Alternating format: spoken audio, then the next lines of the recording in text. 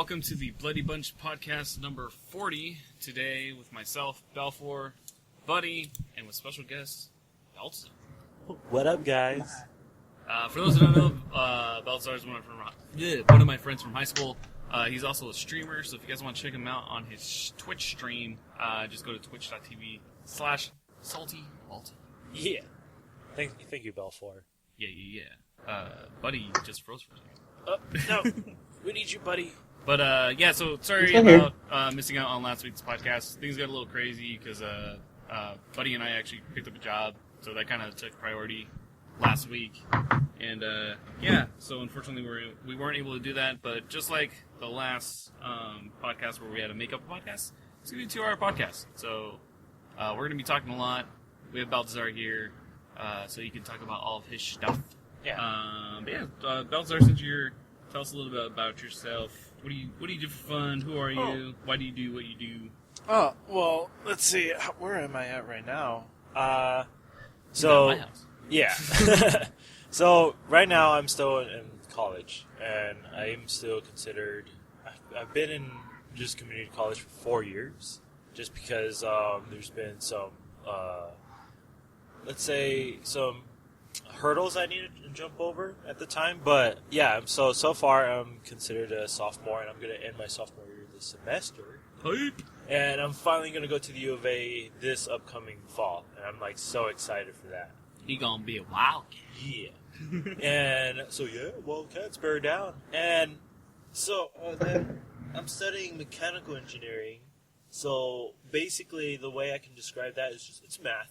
It's just a bunch of math.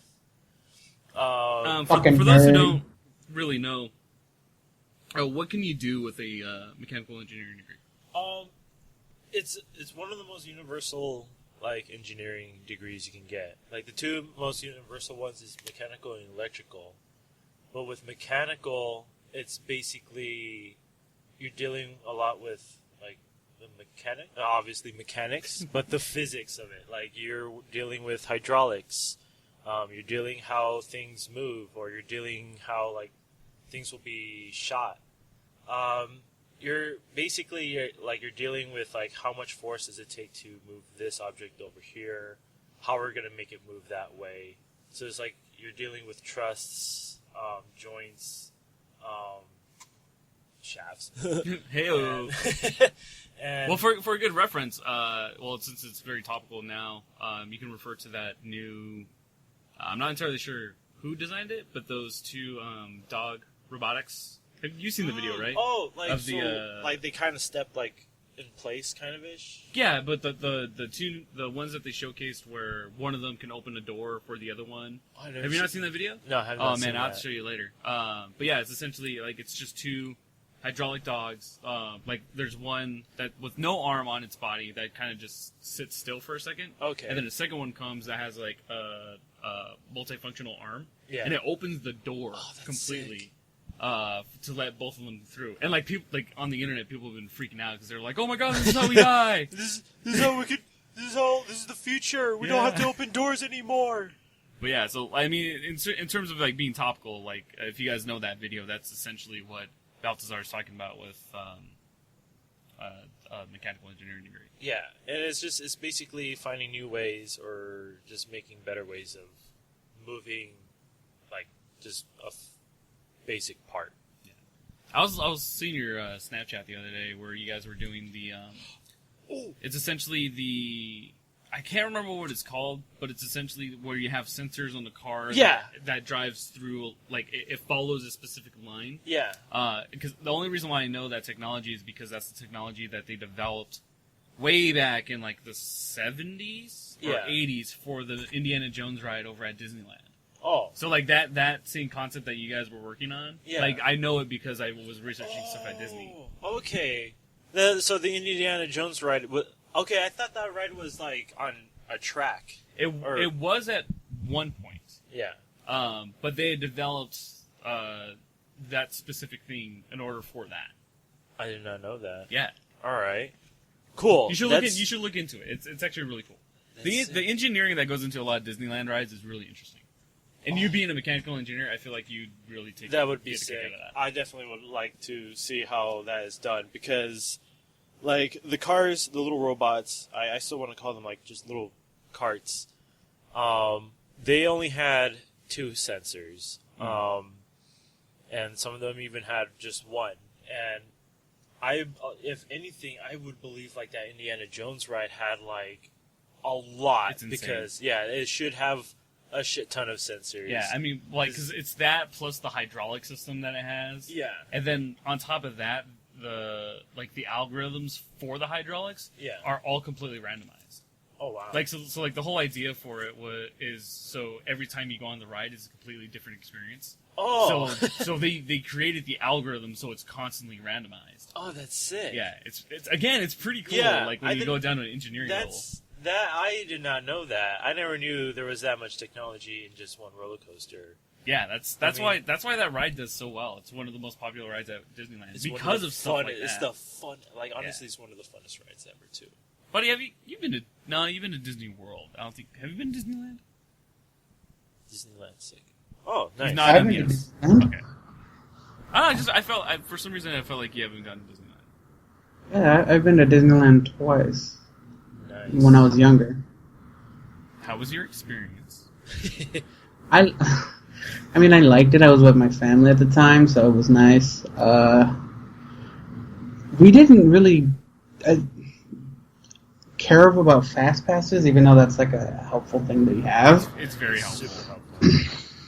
But it's just that we were just like, we don't mind waiting in line, and we regretted it every time. See, it's funny because I mean, I was living in LA for a while, so I used to go to Disneyland all the time because I had an annual passport. I actually really enjoy waiting in lines a lot of the time, just because I get to people watch. People watching is just so much fun, just to see like how people interact. Yeah. But I got to hear a lot of interesting stories from people, especially when like, you're. And I guess I can do this just because I was a single male at the time, but like being a dude who's just waiting in line, like you'll just have some random ass people just start talking to you. Like, you know, you'll be standing in line for like Space Mountain. It'd be like an hour wait or whatever. You'll just be standing there and some person will just be like, yeah, no, don't you hate like all these employees here? And you're just like, no, like I don't have any gripe with anyone. Like they'll just start a random conversation where it's like, I hate Disneyland because of this, and it's like, why are you here? yeah, right. Like, why are you being bitter about it? Like, have fun. It's supposed to be the happiest place on earth. But it's fun though, and then like you'll get like the foreigners, like the people who are from out of the country, and they're just like, oh yeah, like this is the first time, it's fantastic. I'm like, that's cool. Like, tell me about your culture, and they're just like, yeah, Americans are assholes. It's like, yeah, that's true. I think like my favorite thing about Disneyland is definitely the shops. I love the shops. Oh yeah. I just love walking around, seeing like how just the theme of it. Like, of course, I love the rides. I freaking love the rides. But like, it makes me feel like I'm a cartoon, like part of the cartoon world. When I like go into stores, because every single building is not like a lot of it is not fake. It's a real building. I'm just like, oh my god, like. Yeah. There's stuff in here. That's one of the best things about There's Disneyland, stuff though, is in like here. you have that escapism where it's just like you're just in a completely different world. That's my favorite thing, and honestly, that's the reason why I prefer Disneyland over Disney World. I've been in Disney World 3 different times.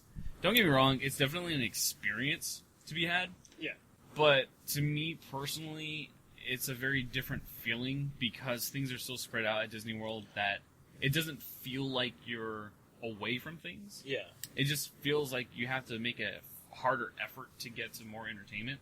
Yeah. Whereas with Disneyland, as soon as you go through the arches where it's like the railroad and everything, as soon as you go past that point, you literally feel like you're in a different world. Because like you can't really see anything else. Like unless you're on like Big Thunder where then you can see over the mountains and stuff. Yeah. But once you're like on Main Street and stuff, it feels like a completely different world. That's the reason why I like it. Man, I miss Disneyland. I need to go to Disneyland. I want to so go bad. back to Disneyland. I've been saying like that would be an awesome like summer trip. But yeah, no, like that's one complaint that I've gotten from, or not a complaint, but why people prefer Disneyland is just because Disney World is so big. Yeah. That there's just like there's too much to experience. Yeah. Like, you can't experience everything at once. honestly, with the amount of times I've gone there so far, you really do need at least 5 solid days Oh wow. of being able to go and see everything. Oh yeah, I can't afford 5 days. Yeah, I know, right? Because I think there's 4 parks. Jesus. Yeah, there's like Yeah. 4. So it's like, it's Epcot, Hollywoodland, Magic Kingdom, Animal Kingdom. So there's 4 different things, and each one of those parks has a ton of stuff to do. Yeah. So it's like, if you really want to try to enjoy everything, like 5 days minimum. And I'm like, most people don't have that cash. Yeah. It's also like, it's $95 per park. Oh Jesus. Yeah. Okay. Yeah. Nah. Yeah, it's like, I like Disney, but maybe not that much. Yeah. I'm okay with just Disneyland. Yeah, Yeah. so am I. Yeah. Disneyland's awesome. But California Adventures is, I think, I prefer that a lot more. I love it so Really? much. Yeah. Wow. I think, okay, when I was little, I probably preferred Disneyland. But once when I got older, there was like so many like events going on, a lot of parks. Like they always, like there's always something new at California Adventures. Yeah. Like my favorite year that I went to California Adventures. Wait, hold on, let me talk you. Is it the electronica stuff? Yeah, boy, I got you. When I found out that they had that going on, I was like, oh my god, that was we gotta the go coolest thing ever. It was so sick. Like, once when I'm like, okay, we gotta go check this out, and there was a countdown going on. I'm like, we gotta be here back in 2 hours, and we got there in time. And once we walked in, like, yeah, they busted out the lights, they busted out the music. They actually made a replica of the Flynn's Arcade. Yep, Flynn's Arcade, classic arcade games, man. So, for those who don't know, electronica, I think it was. Man, when did Tron Legacy come out? 2009? Oh, I wanted to say 11. Because we were in high school. Buddy, can you look up when Tron Legacy came out? Anyway, over at Disney's California Adventure, they had an event called Electronica, which at nights, Disney's California Adventure would have a specific section that had Tron-themed, like a dance party. They would have a DJ, they would have dancers, and they did have a replica of Flynn's Arcade, which had classic games. 2010. 2010. All right, 2010. Yeah, we're in in between. Yeah. So like the entire area was just games. Yeah, Pac-Man, Miss Pac-Man, Galaga. There was a lot of arcade games. Yeah, that I haven't even known that existed. And it was really cool because at the very back it was just like a Tron. It was a single Tron arcade station. It was fucking awesome. I could not reach to that game. There were so many people. There was always someone at that game. Yeah. So I was like, whatever. I'm going to take my quarters somewhere else. And yeah, they took quarters, not dollars. Yeah, literally quarters. And the only thing that I was disappointed in was I think they only had it for like maybe a year and a half. But then they changed it with like Alice in Wonderland. Yeah, I went to that one. And I'm like, this is boring. Like, I actually know some of the musicians who played in it. Fantastic musicians. Nothing against them, but because obviously they need to make a buck. Trust me, I've been there. But it's like, it totally took away the vibe. Because, like, the Tron stuff was fun, man. Like, you would have people dancing where the trolley was at, because there were so many people. Oh, yeah. But, like, with the Mad Tea Party thing, it was like, yeah, there's some people here sometimes, but you threw away a lot of people. Yeah, I liked the DJ, his name was DJ White Rabbit. DJ White Rabbit. To implement, or I don't even know that White Rabbit's name from Alice in Wonderland. The one with the clock who runs away? Yeah, that's... does he actually have a name? I thought they just call him White Rabbit. Oh, I guess it is just White Rabbit. Yeah. I don't know. I might be wrong. Google? I would think it would have a name. It was like one of the most important characters that came out pretty often. You got Tweedledee, Tweedledum, Cheshire Cat, Queen of Hearts, King of Hearts. Really? Yeah. Oh. He's like itty bitty. He's a small guy. Oh. I have to watch Alice in Wonderland again. And then the classic the version. White Rabbit, right? And then you have the walrus who eats all the oysters. Oh, dude. It's been such a long time since I've seen the classic It's a cartoon. fucked up movie, dude. It is. I remember I think I've only seen it once, and I saw the ending. I'm like, I don't like this. Yeah, it's... And she's being chased, and this ain't a happy ending. And it's a children's movie. Yeah. And That's the way I felt about rewatching Mr. Toad's Wild Ride. Yeah. Where I'm like, wow, Toad's a dick. Yeah. Like, he's just an asshole. Just, I didn't enjoy that one either. I'm just like, I want a happy end. I was, because again, I was a little at the time. I want a happy ending. Yeah. See, I like happy endings, but I like genuine endings. I think that's what I like. And honestly, that's the one thing that I like about La La Land. I didn't care too much for La La Land. I thought it was an okay movie. Yeah. I know people loved it. Yeah. I thought it was cool to have like a tap dancing type of movie, like a very original movie, which is awesome. But I just think it was way blown out of proportion. But I do love the ending because it had a very real ending. Oh. Like, I've just, if you guys haven't seen it, I'm spoiling the shit out of it because honestly, I'm not gonna watch it's it. old already.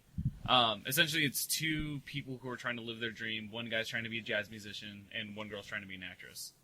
And you see them in like the beginning of their careers, where it's like, they're behind on bills. They're not getting a lot of gigs and shit like that. Yeah. But essentially, it ends with them having successful careers, getting what they wanted, but them not being together. Oh. So I'm like, that is a genuine ending, and that's what I really like about that movie. There's a lot of stuff I don't like about the movie, but that's definitely something that I really do love about the movie. Oh, that's... Yeah. It's poetic. Yeah. It's art imitating life. That's what I love about it. Like, it made a balance to it, I guess. Like, there is no good without bad. And if you want this, you kind of have to... Yeah, you have to sacrifice some other stuff that you may love. So yeah. And that kind of goes... That should go with everything, because, like, a lot of movies is just like, no! Like, we deal with the bad, we get rid of the bad, and all we have now is good. I'm like, alright, cool. Yeah, that's a very black and white way to look at a lot of stuff. Yeah. I know I am guilty of trying to have that mindset because I just want things to be good. Yeah. I understand that things can't be, and that's why I try my best to kind of ride that middle ground, like try to ride that gray area. That way, there's not just one extreme. Yeah. Because once you're on an extreme side, then that's when things get really shaky and things go bad. Because once when you're on one side, and like when you tilt to one side, it's really hard for you to listen to the other side. It's like you don't listen. Yeah. And like I kind of like I'm with you on that. Like I'm pretty like I wouldn't say neutral. Like I do have like my own like thoughts like why I think it should be this way. Mm-hmm. But I understand the other person's view. Yeah, and also I think that's an important thing to kind of state is like you're not on one side just to be on one side. Yeah. You have a conscious decision to pick that side because of your own reasoning. Yeah. Because I know that there's a lot of people who choose sides just because it's like, for instance, not getting super political, but it's like, I'm choosing this side because I'm a Republican.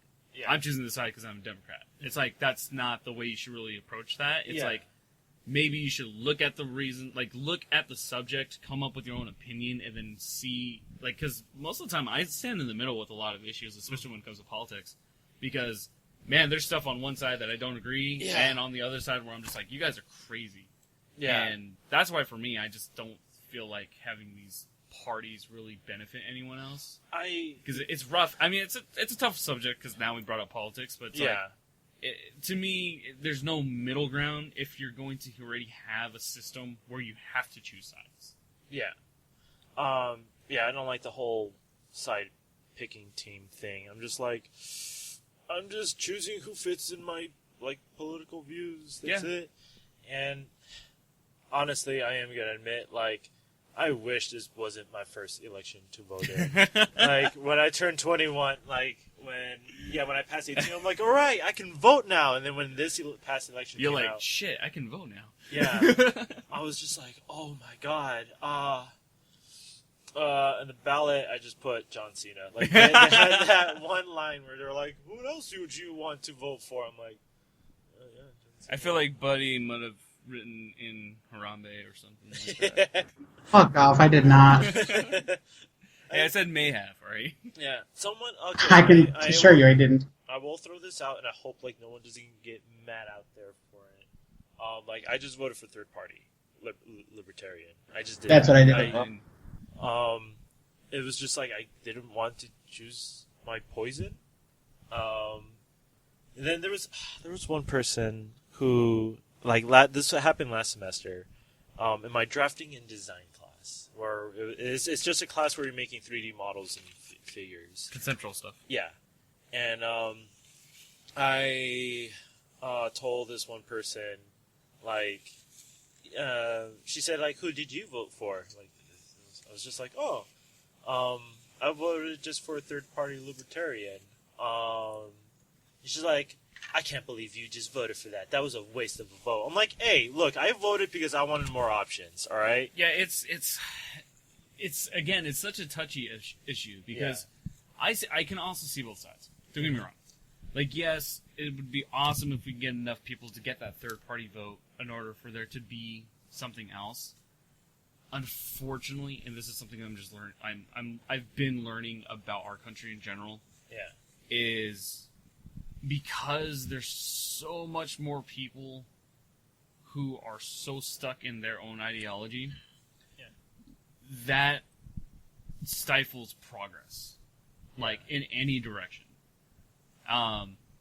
This is going to turn real touchy real quick because there was an event that happened this past week that involved guns, and that's also a huge subject to talk about because there's so many people who want to do something about it, but then there's so many other people that don't. Yeah. And that is, because I'm trying to use that same example here, where there's so many people, just in general, that are taking sides, and there's no middle ground. There's no discussion. And I think that's the biggest problem, is that there's no real discussion. It's, I feel this way, and no matter what you say will not change the way that I think. And that right there is a dangerous concept, because if you are so dead set in your ways, then you yourself are not letting yourself grow as an individual. Yeah.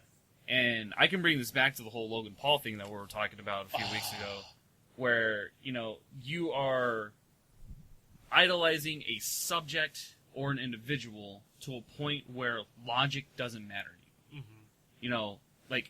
He can go and kill someone, or he can go commit crime or something. His fans will be like, oh, but, everyone deserves a chance. Everyone deserves, to be forgiven for something. Yeah. And, that's a dangerous concept because, again, you just go out and just kill someone and everyone will be like, oh, no, it's fine. You're okay. Yeah. No. Yeah, it is a touchy subject. To me, it's just... there's consequences to everything. Mm-hmm. Again, there's no good without bad. I understand both sides. But you have to understand that every single side, there is a good and a bad to it. If, for example, we can disband all guns, but we can't protect ourselves. Or, we could have guns, but there is a chance for, more violence. I don't know. There's always good and bad. There's always going to be a trade-off. And so here's the thing with that, too, is, here's my at least view on this is, because now we're talking about, good and bad and stuff like that. We've already seen the bad with saying more guns. Yeah. That's every time we say more guns, stuff like this happens. Mm-hmm. We have yet to have done the alternative. With the no guns. Yeah. So we don't know one side of the story, but we know the other. Mm-hmm. So that's my problem with this, is that we've already done one way and it has not been working. Yeah. But people refuse to try to do the other way, even though they've gotten their way before. Mm-hmm. That's the way that I look at it, and that's what I try to convey, because I just know that people are very stubborn in their ways and they don't want to change. Yeah. But I just want some type of progress, because we just continue to do nothing, and that is a very dangerous thing. Yeah. There's one quote that I heard from one person. I can't remember the person's name. I just remember the quote because I like the quote. Is you can stay with the same thing, or I think what it was is, you're crazy for not doing something new. You're crazy if you're always picking the same thing. Right. You know. Yeah, I guess it could go with like almost anything. Like, you're crazy if you're gonna always pick vanilla when you get frozen yogurt, or like. Right, you live a should little. Come on, get that chocolate. Try something else. Get that pistachio almond. Yeah. Speaking of, I'm sorry, we need millennial flavors. What do we got? What's a millennial? Was that pumpkin spice? There you go. Pumpkin spice ice cream. Get the fuck out. There was a flavor. It was pumpkin pie. I was like, all right, you know what? I'm just gonna pick it because it's seasonal. And I picked it, and I'm like, this is an awful flavor for it to be frozen yogurt. Instant regret. Yeah. Even the toppings I added onto it doesn't make sense. I added, like, chocolate, gummy bears, sprinkles. I'm like, you don't put that on a pumpkin pie. Oh, my God. Yeah. And I'm trying to think, what is the worst dessert you've ever had? I think the worst is... what's it called? Fruitcake be considered a dessert? Sure. I don't know. I'm not a huge. I don't think I've ever eaten fruitcake. It sounds good because like fruit, oh, delicious, sweet. Cake, also sweet. Fruitcake, disgusting. It's just bad. Fruitcake. Yeah, I don't think I have. But have you had fruitcake? I think I've had it once. It didn't really taste good. All right. What seems like the consensus is fruitcake is bad. Yeah. What is your what was the worst like dessert you've ever had? Me personally? Yeah. I think it would have to be it was a type of pudding. Shit. Shit pudding. It was I'm trying to think. It was like pudding. This was when I was younger. It was like rice pudding, but the way how they made it, it was just disgusting. Oh. It was how it was made is what made it disgusting. Okay, because I was gonna say I love rice pudding. Yeah, like they made it salty. Is the bomb. Mm-hmm. They made it salty. Oh, what? No, that's not. No. Did they like mistaken their salts and sugar? I guess it was just nasty. Yeah. What was that one new restaurant that opened up here in Tucson? Lynn's? Is it called Lynn's Buffet? Lynn's? Yeah, it's a nice buffet. It's like $13, all you can eat, and they actually have some decent sushi there. Yo. And yeah, and again, they have really good food. Yeah, me and my dad go there all the time, and for $13, that's not bad. Yeah, it's not. Yeah. Yeah, because when I go to other restaurants, like I'm spending, like I know I'm going to spend like maybe $15. Yeah, honestly that's probably about the average. Yeah, like consider like the meal plus a tip, like at least average $15. Like expect to spend $15 now. Yeah, and that's why you should always cook at home because it's cheap as hell. Oh yeah, I'm starting to do that now. Just like. Especially, it works really good with my school schedule and work schedule. In the mornings, I eat like a nice, like heavy egg sandwich. Definitely that. Get that protein. And then I'll bring to school or to work with me. What is it? A fruit, like an orange, a big orange, like a softball size orange. I take those. Those are the best though. Those are typically like really sweet. Yeah. Oh, yeah. So, yeah, I'll just take that for food, and I save myself a lot of money, because if I buy food at school, I know I'm spending at least, like, $7 or $8. Not even just that, but it's also probably shit. Yeah. Like, it's like super trans fat, greasy type of food. Yeah, and there's not that many options. Actually, I was talking about that earlier with Buddy and our coworkers today, like, because our shop's in the mall. Yeah. So, like, we went to go eat lunch, and, like, I was just looking around, like, wow, there's, like, no, like, healthy option here. And I know that sounds, like, super millennial, whatever you're going to call it, but, like, there's, like, no, like, salad place. Yeah. No, I understand that, because you're going to be... Because if you don't cook food, in the mall, if that's the place that you're choosing to eat at, for your lunch, you really have to find like a healthy place because Yeah, you can't be eating like Panda, McDonald's. I mean, Subway is okay, but the bread's even that's pushing it though, because like the Yeah. bread's super. That bread Tastes has like- a lot of trans fat in it. yeah, it tastes like cardboard. Yeah. Too. But yeah, like again, it's so much cheaper, so much healthier, and like yeah, of course, whatever's a millennial thing. But it's what's wrong with being healthy? Yeah, exactly. No, that's my thing too. Like Fuck you, I want to be fat. the one thing that really bugged me since I moved back home is the amount of really bad food I've been intaking, and my body feels it too. Yeah. And it's no one's fault, but it's like I just wish that I can just maintain the way that I was eating before. Because Yeah. man, I'd have tofu, I'd have salad constantly, and chicken on my own.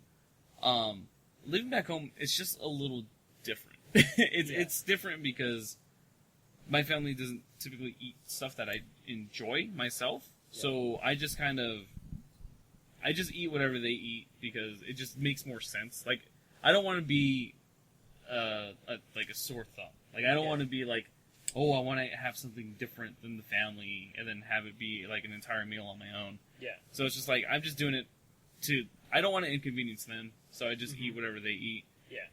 But sometimes I'm just like, I don't want to have pizza tonight. Like, Yeah. I love pizza, don't get me wrong. Oh yeah. But there's nights where I'm like, ugh, it's either eat this pizza and feel like shit for the next few hours, Yeah. or, like, have an orange. And honestly, sometimes I'll just take the orange, because, Yeah. like, I want my body to feel good. Yeah. And honestly, when you guys, like, eat nice fresh food, and you cook your own food nice and fresh, and you know what's in it, you feel way better. Mm-hmm. For sure. Like, physically and mentally. Yeah. Your body's like, I'm good to go. Yeah.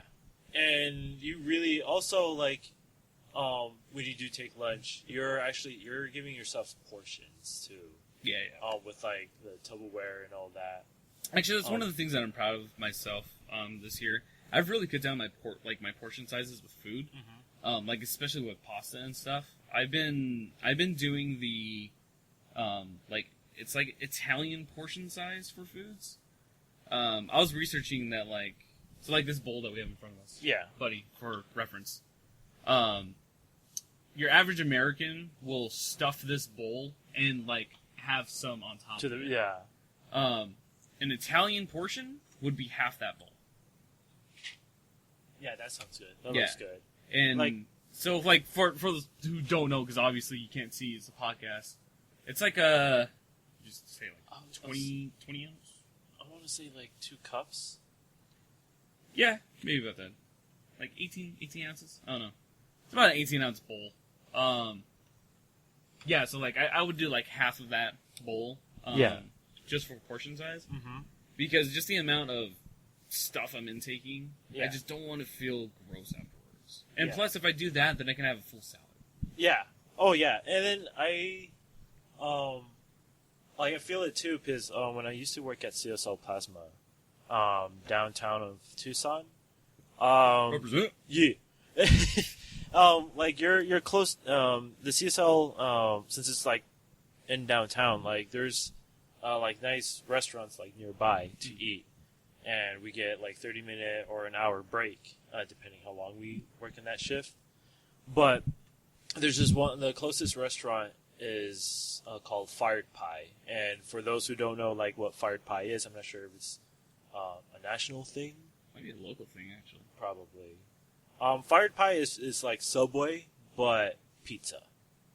That's basically the best way I can say. I know for people in like the West Coast, like it's like Blaze Pizza. Yeah. And so we have that restaurant close by, and they also have. You can either make your own pizza or customize your own salad. And yeah, there's been days where like I'm gonna choose a pizza, and I can't move at work. I feel like shit. I feel bloated.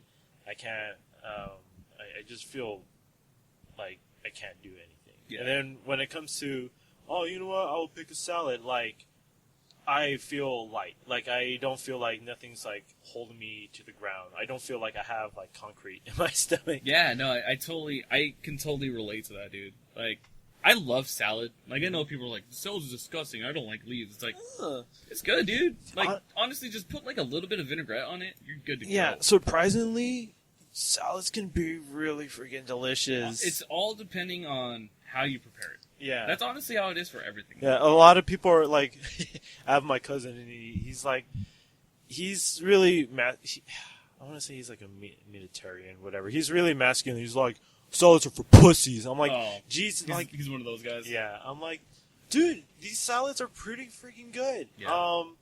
Like, yeah, it doesn't have a steak on it, but the little like cuts of chicken, like that's protein right there. Yeah, I think the chicken, the amount of chicken they put in a salad is like the amount of chicken they would put in the sandwich. Honestly, Yeah.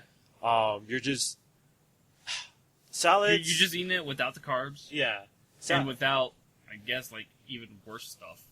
Yeah. But yeah, I mean, that's essentially the same thing. Mm-hmm. And, yeah, that's pretty much it. Like, I even went in and out. I started to choose their, it doesn't make sense.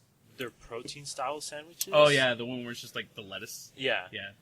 It should be called, like, low-carb. Because protein is like, nope, we're just adding meat to it. Like, that's the definition. No, I mean, you can go ham and just go get the Flying Dutchman.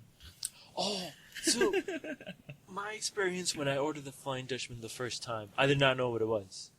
I didn't know it was 2 patties and cheese. Yeah. I thought it was a sandwich, you know. It's great too because they give you the box with it. Yeah. I'm like, when I got it, I was like, where's the fucking bread? Yeah. Where's the bread?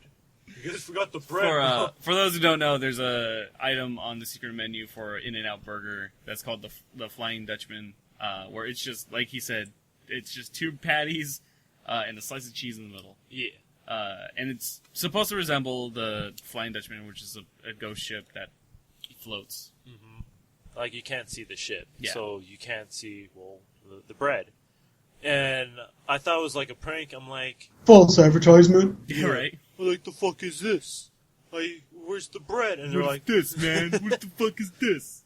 And they're like, oh no, that's the Flying Dutchman. I'm like, oh, how much would it be if I order bread? Because I didn't know it was going to be like guys, this. can I get a Flying Dutchman and can I get a order of bread? So you want a double cheeseburger? No, bro, I want. Like, no, I just want the Dutchman with bread. Yeah. So a burger. Shut the fuck up. But speaking of pirate ships, dude, I am so stoked for Sea of Thieves. Oh yeah. Same. I've seen. So when the first time I discovered Sea of Thieves was all through Twitch.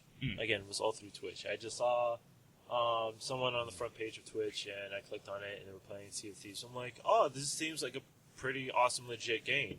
I didn't know it was like going to be I never knew the advertisements of it was big, you know. And then when I looked it up, I'm like, all right, cool. And like $60, pre-order. You can't play it yet until like later. I don't know when it's March 19th is release day. Yeah, I was like, oh shit, this guy got early access. I'm like, this is, and then I looked more into it, and I'm like, oh my god, this is a big game. Yeah. This ain't just like. I'm honestly curious to see if, because obviously it's just in beta, and the beta is essentially all the multiplayer stuff. Yeah. I really want to know if there's a storyline in this game. Yeah. Because I know you can go and find different treasures, like that's the whole base of the multiplayer stuff. But I'm really curious to see if there is a type of campaign. Yeah. Because I honestly think that'd be really cool. One of the things that I'm really not looking forward to is like having those guys who've been playing for a long time with their upgraded ship and stuff like that, who just bombard your crew and stuff. Yeah. So I would really love it if there was like a single campaign where you can have like 6 people join your game. Yeah. And like you guys go through the campaign together. I feel like that would be fun. That would be sick. And because one thing I didn't like from what I've heard from it is that like you don't have AIs helping you out. Like you have to play with real people. Yeah. Or you're gonna be doing everything. Yeah. I'm like, oh shit, okay. I better not be the only one buying this game. Yeah, right? Because if it's going to be like that, like if no one else doesn't have that game, then there's I no don't point want in playing it. Yeah, I don't want it. But yeah, for those who don't know, Sea of Thieves is essentially a multiplayer pirate game. You can play with. Obviously, we're talking about you should be playing with friends. But you guys can create a crew, have your own ship, go treasure hunting, fight skeletons at night. Oh, what? Yeah. Okay, You haven't I even didn't seen know that. that. I didn't see. Dude. I thought like you just fight other people, No, other pirates. You do that. So there's like a PvP aspect where you can run into another crew and take their booty, or yahar. Honestly, that's my favorite. That's the one thing I'm looking forward to, dude. Once I get that game, I'm gonna be a pirate 24/7 every time I'm on it. I'm just gonna be like yahar, Yar. come out to me, matey. It's like as soon as he turns on that game, he's like, you're having a simple conversation with him and everything. He's talking just fine. As soon as he turns on Sea of Thieves, you just hear, Yarr! Yarg! And I like the one thing that, like, they're really throwing it out there, like, they're really making it so piratey. Yeah. Because in real life, like, in this game, you can put yourself in a cannon and shoot yourself out of it. Yeah. There is no way in real life you can do that. No. It's honestly, it looks like a really fun game. It looks, I don't know how else to explain it. I've been wanting a fun pirate game for a long time. Yeah. And I know people would be like, Black Flag was a fantastic. No, it wasn't. It wasn't a good pirate game. Yeah. It was an okay game with okay ship mechanics. Yeah. I like the introduction of them. For them introducing pirates or the pirate ship and like fighting. Yeah. The mechanics and stuff. I was like, okay. Yeah, like that was cool. That was sick. That was like actually my favorite part of the game was like fighting other pirate ships. But like the thing again, this is my problem with Assassin's Creed. A lot of it is just repetition. Side missions of Assassin's Creed are just repetitions, just different locations. Yeah. And there's a lot of them. Yeah. There's so many side missions in Assassin's Creed. Yeah. And I like Assassin's Creed, but man, there's so many missions. Mm-hmm. And the side missions is just, there's a lot of it. And again, it's just repetition. Like, again, like, I fought ships on Black Flag a lot, but then it gets old because there's only so much you can do with it. Yeah, and that's why for me, I'm super excited for Sea of Thieves though, because again, it feels like just a pirate game. Yeah, it's like you can just play with your friends, you can loot shit, you can just go and find buried treasure. You could bury treasure too. Yeah, exactly. And you can hide shit. Yeah, you're literally living the pirate life, and I'm not sure if food and water is also introduced to it. I know bananas are. Oh, nice. Got to get rid of that scurvy. But yeah, no, I'm super excited for it. If you guys, again, you guys should definitely go check it out. I think you can go to like seaofthieves.com if you guys want to pre-order it or something right now. So. Yeah, it's definitely not a Steam game. It's a Xbox One and it's a Microsoft Store exclusive, I think. Yeah. So you can buy it on your PC if you buy it through the Microsoft Store, and it's cross-compatible with Xbox game. Yeah. Or Xbox One. Nice, cool. I was hoping for that. Like, if you buy it on the Microsoft Store, you could get it for both PC and Xbox. Yeah, I'm curious because I know with the Windows 10 version of Minecraft, if you have it on the Xbox, you get it for the PC. So I'm curious to see if you purchase Sea of Thieves for the Xbox, if you also get it for the PC. That would be sick. That would be really sick. Yeah. That'd be really convenient. Because I love what's it called? Cross-platform gameplays. Sony, get off your high horse and fucking let us have it, dude. Yeah. It's Sony right now. Sony's the only company that's like, nah, we're not going to cross-platform anything. We're going to be a part of that shit. Yeah, why are we going to be part of this utopia where gamers can play with other gamers? Yeah, and I'm just like, because it helps out a lot. Just yesterday was my first time doing it, and the first game I ever did cross-platform was Fortnite. Again, Fortnite is an awesome game. Cool. And it's not that hard either. Because Fortnite is not through like Steam or anything like that. It's its own website, which is called Epic Games. And I did a little. Is it really an Epic Games title? Yeah. I didn't know that. Yeah. Cool. And so you just you and your friend both have to have Epic Games account. Link, my friend who I was playing with, she only has a PlayStation, and so I had to make a PlayStation account, link that up to Epic Games. She had to link her Epic Games account to the PlayStation account, and yeah, we just sent a friend request, and I was able to play on PC and her on PlayStation. See, man, that's how you do it. Mm-hmm. It's cool because that's so. It's interesting because that's specifically through the studio. Yeah. Working. That's a workaround in order for there to be cross-platform, because I mean, Epic Games has proven that you can do it with the right resources. Mm-hmm. But what I'm specifically talking about is for Sony to just let developers do it, like to just give them a tool already where they don't have to have that workaround system. Because the thing with the Epic Games, like you were saying, like you have to create an account for Epic Games in order to send a request over there in order to get connection between each other. Yeah. Whereas I think Rocket League, you don't need to do that, right? I was gonna start researching on that today because the same friend that I was playing with on Fortnite, we want to play Rocket League together, right? And I have it on PC only, and she has it on the PlayStation. Because I know for a fact that game is cross compatible with I think PC, Xbox, and on PlayStation. Yeah. So like that's what I'm saying. Like just fucking Sony, just let us have it for fuck's sake. Just give it to us, please. Just want to make life hard. Yeah. The one thing I'm not even giving. I'm specifically PlayStation.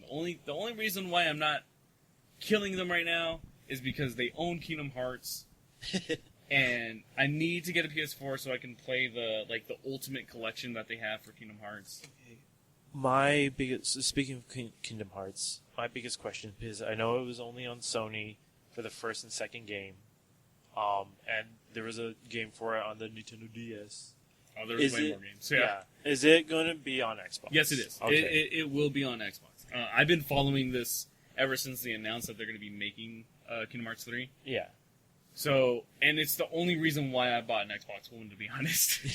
So, like, that was the biggest thing because I was trying to figure out what console I wanted to get. I was like, do I want an Xbox One? Do I want a PS4? Because I don't know what games I'm going to be playing. Yeah. And what's going to happen. So when they announced that Kingdom Hearts was coming out, and I saw that there was the Xbox One logo on it, I'm like, I'm just going to get an Xbox One. Nice. Because honestly, Kingdom Hearts is the only PlayStation exclusive that I really care about. Nice. So, yeah, it's officially going to be on Xbox One for Kingdom Hearts 3. So I'm hoping eventually they will bring over the first and second game to the Xbox One. And I think it's going to depend on how many sales they get on the Xbox One. Yeah, that is true. That would be Kingdom Hearts would be 1 and 2 would be a huge ass download for Hell sure. Yeah.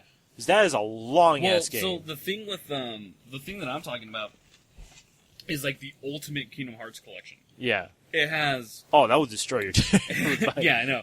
It has Kingdom Hearts Birth by Sleep, Kingdom Hearts 1, Kingdom Hearts Rechain of Memories, Kingdom Hearts 358 over 2, Kingdom Hearts 2 Final Mix, and Dream Drop Distance. Oh my god. So it has 6 games in it.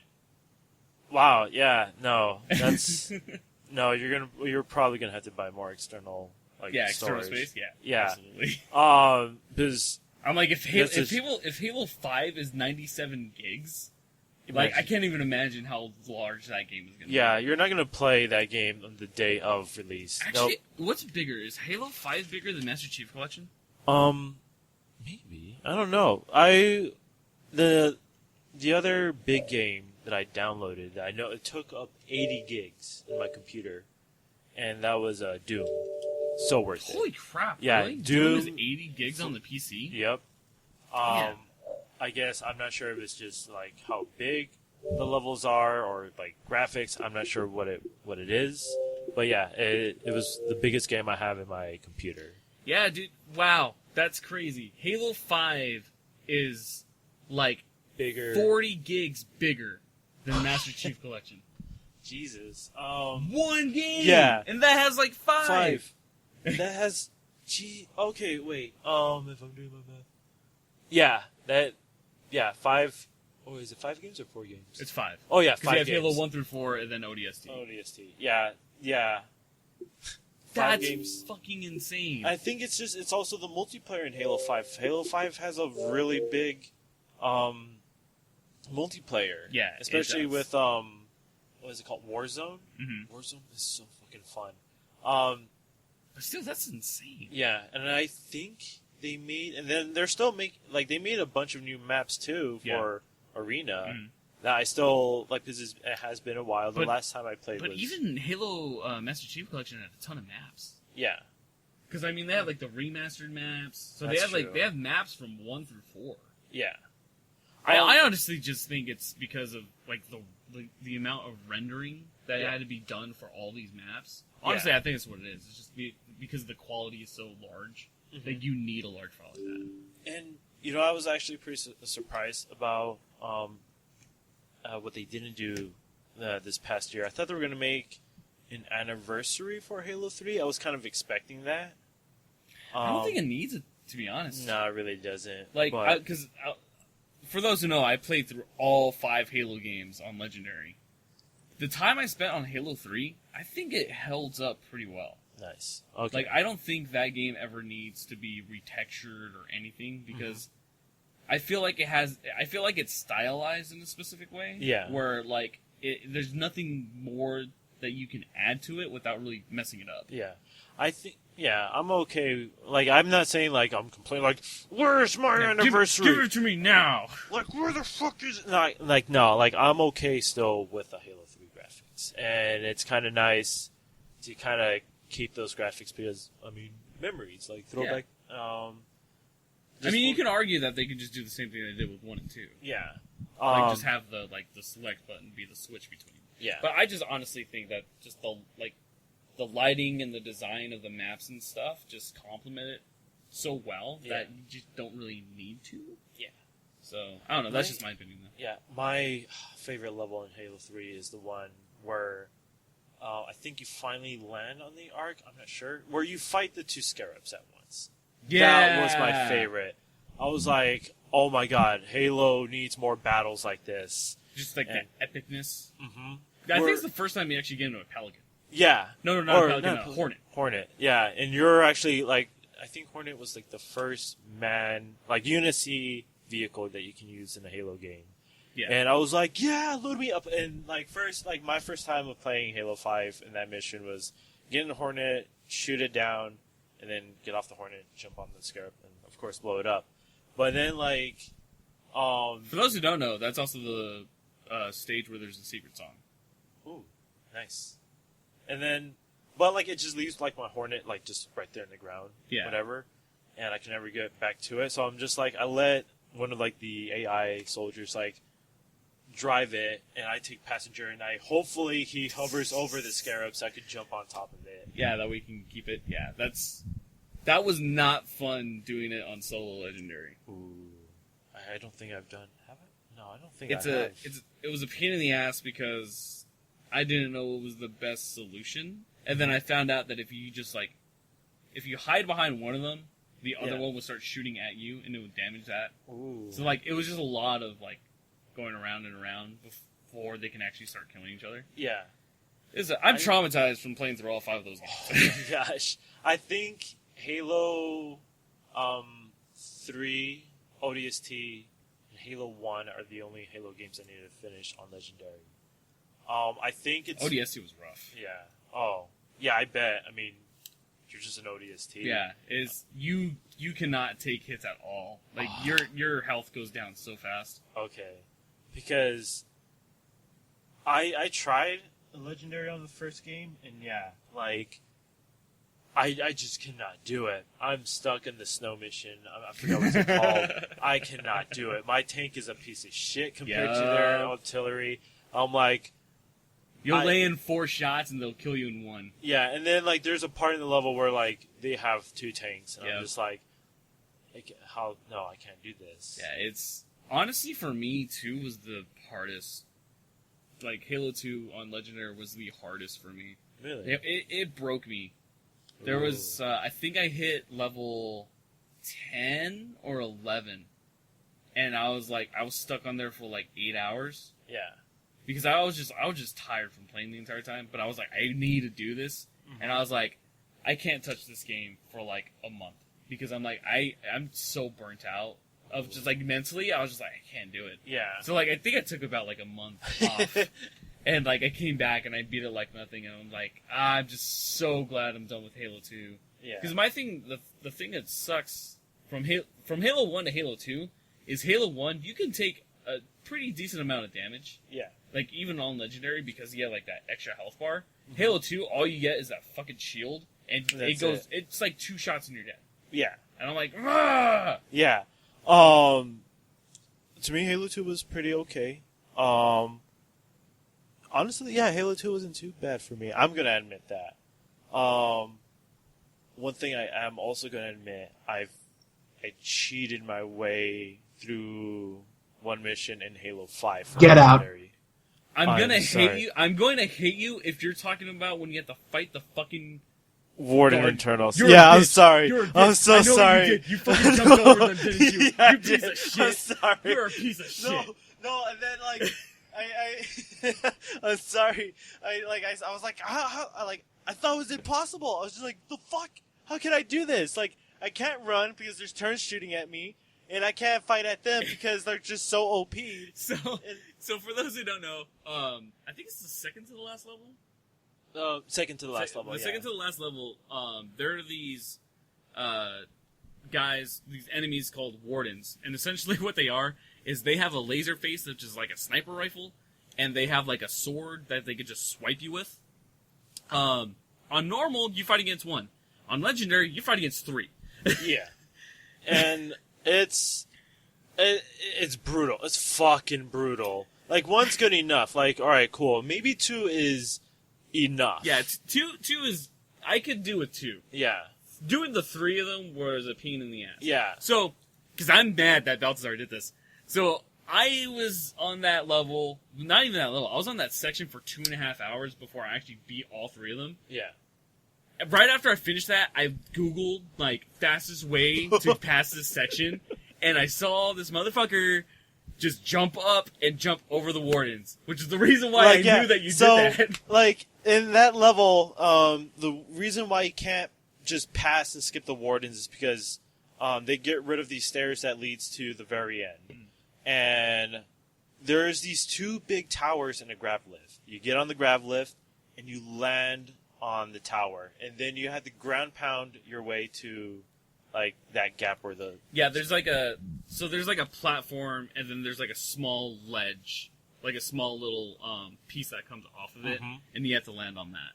Yeah, but I have to do it again because there's an achievement where like it says like, oh, you get an achievement for killing all 3 of them? All 3 of them. I'm just like, fuck.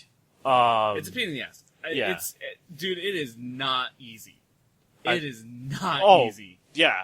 It is a lot of running around, like, trying to find cover. Because that's another thing, like, since these assholes can just one-shot you, you have, like, 4 places to really hide.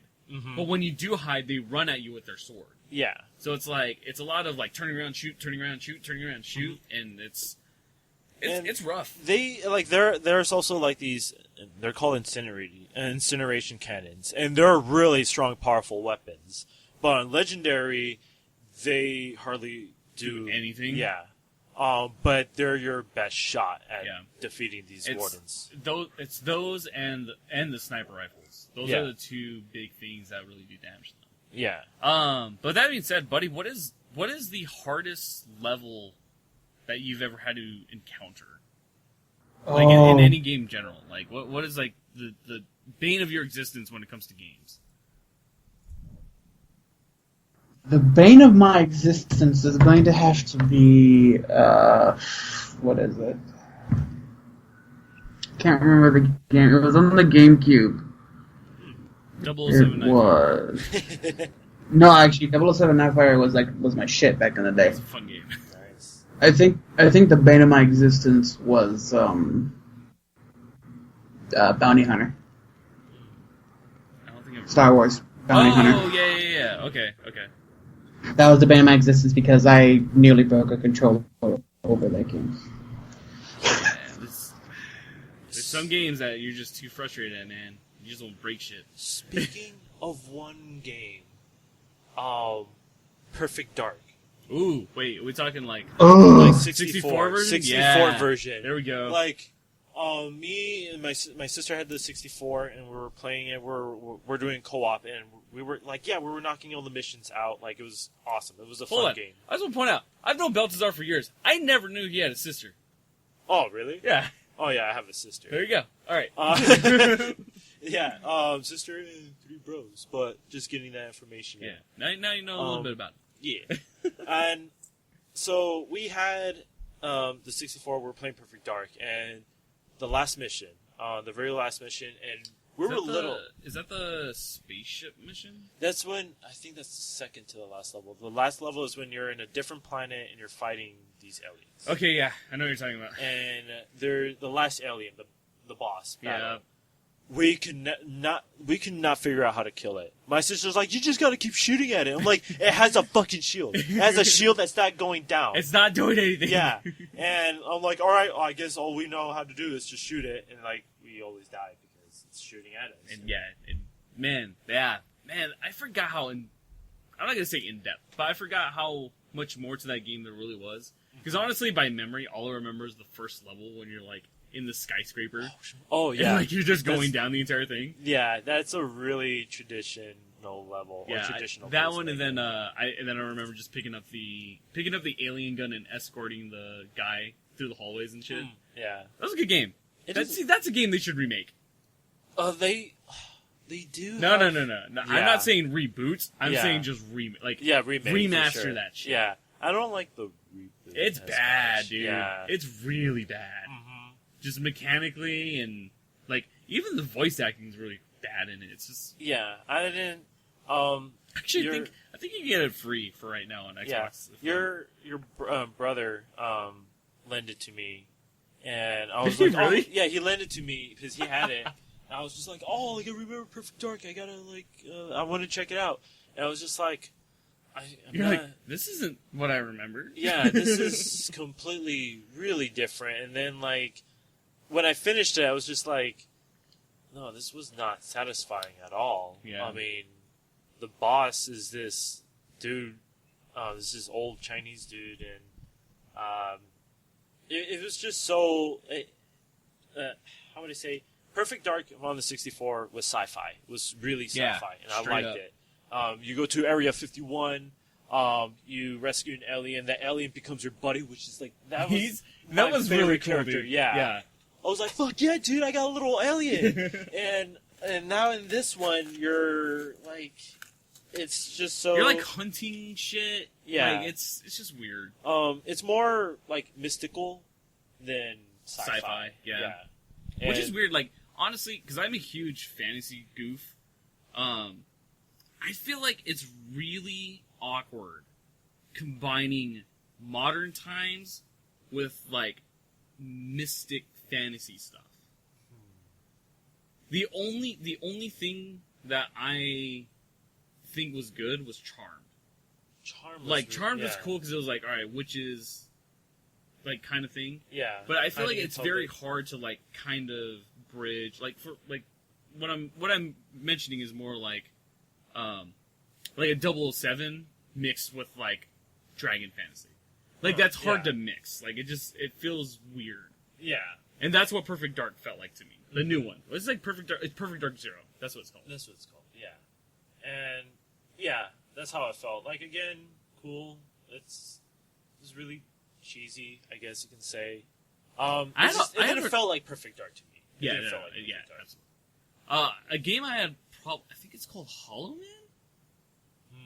Sounds familiar. I think it's Hollow Man. All I remember is you're dead. I think Dead Man. Maybe it's Dead Man.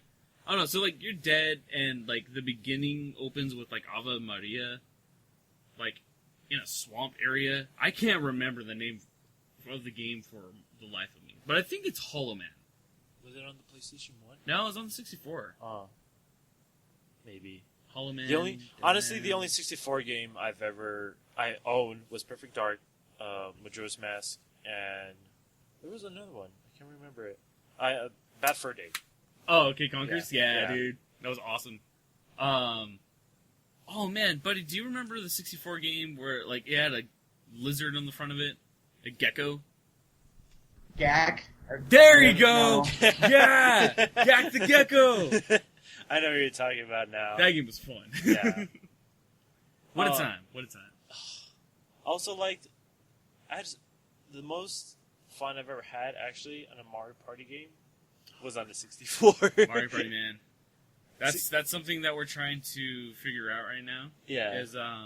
And we're probably going to end up doing this, like where we get 2 other chairs in here and kind of figure out a different setup. Yeah. We want to do like a Mario Party thing. Alright. Like just like some type of Mario Party video of just us just playing through. Because I feel like that would be kind of fun. That would be fun. That would be cool. We just have to figure out how to record it. That's why I don't think I'm not going to be able to do it. Just because, again, I have school. Yeah, you're a busy and man. other stuff. You're a busy man. But what I wanted to do, because there's this shed in my backyard that I wanted to, like, it's rotten.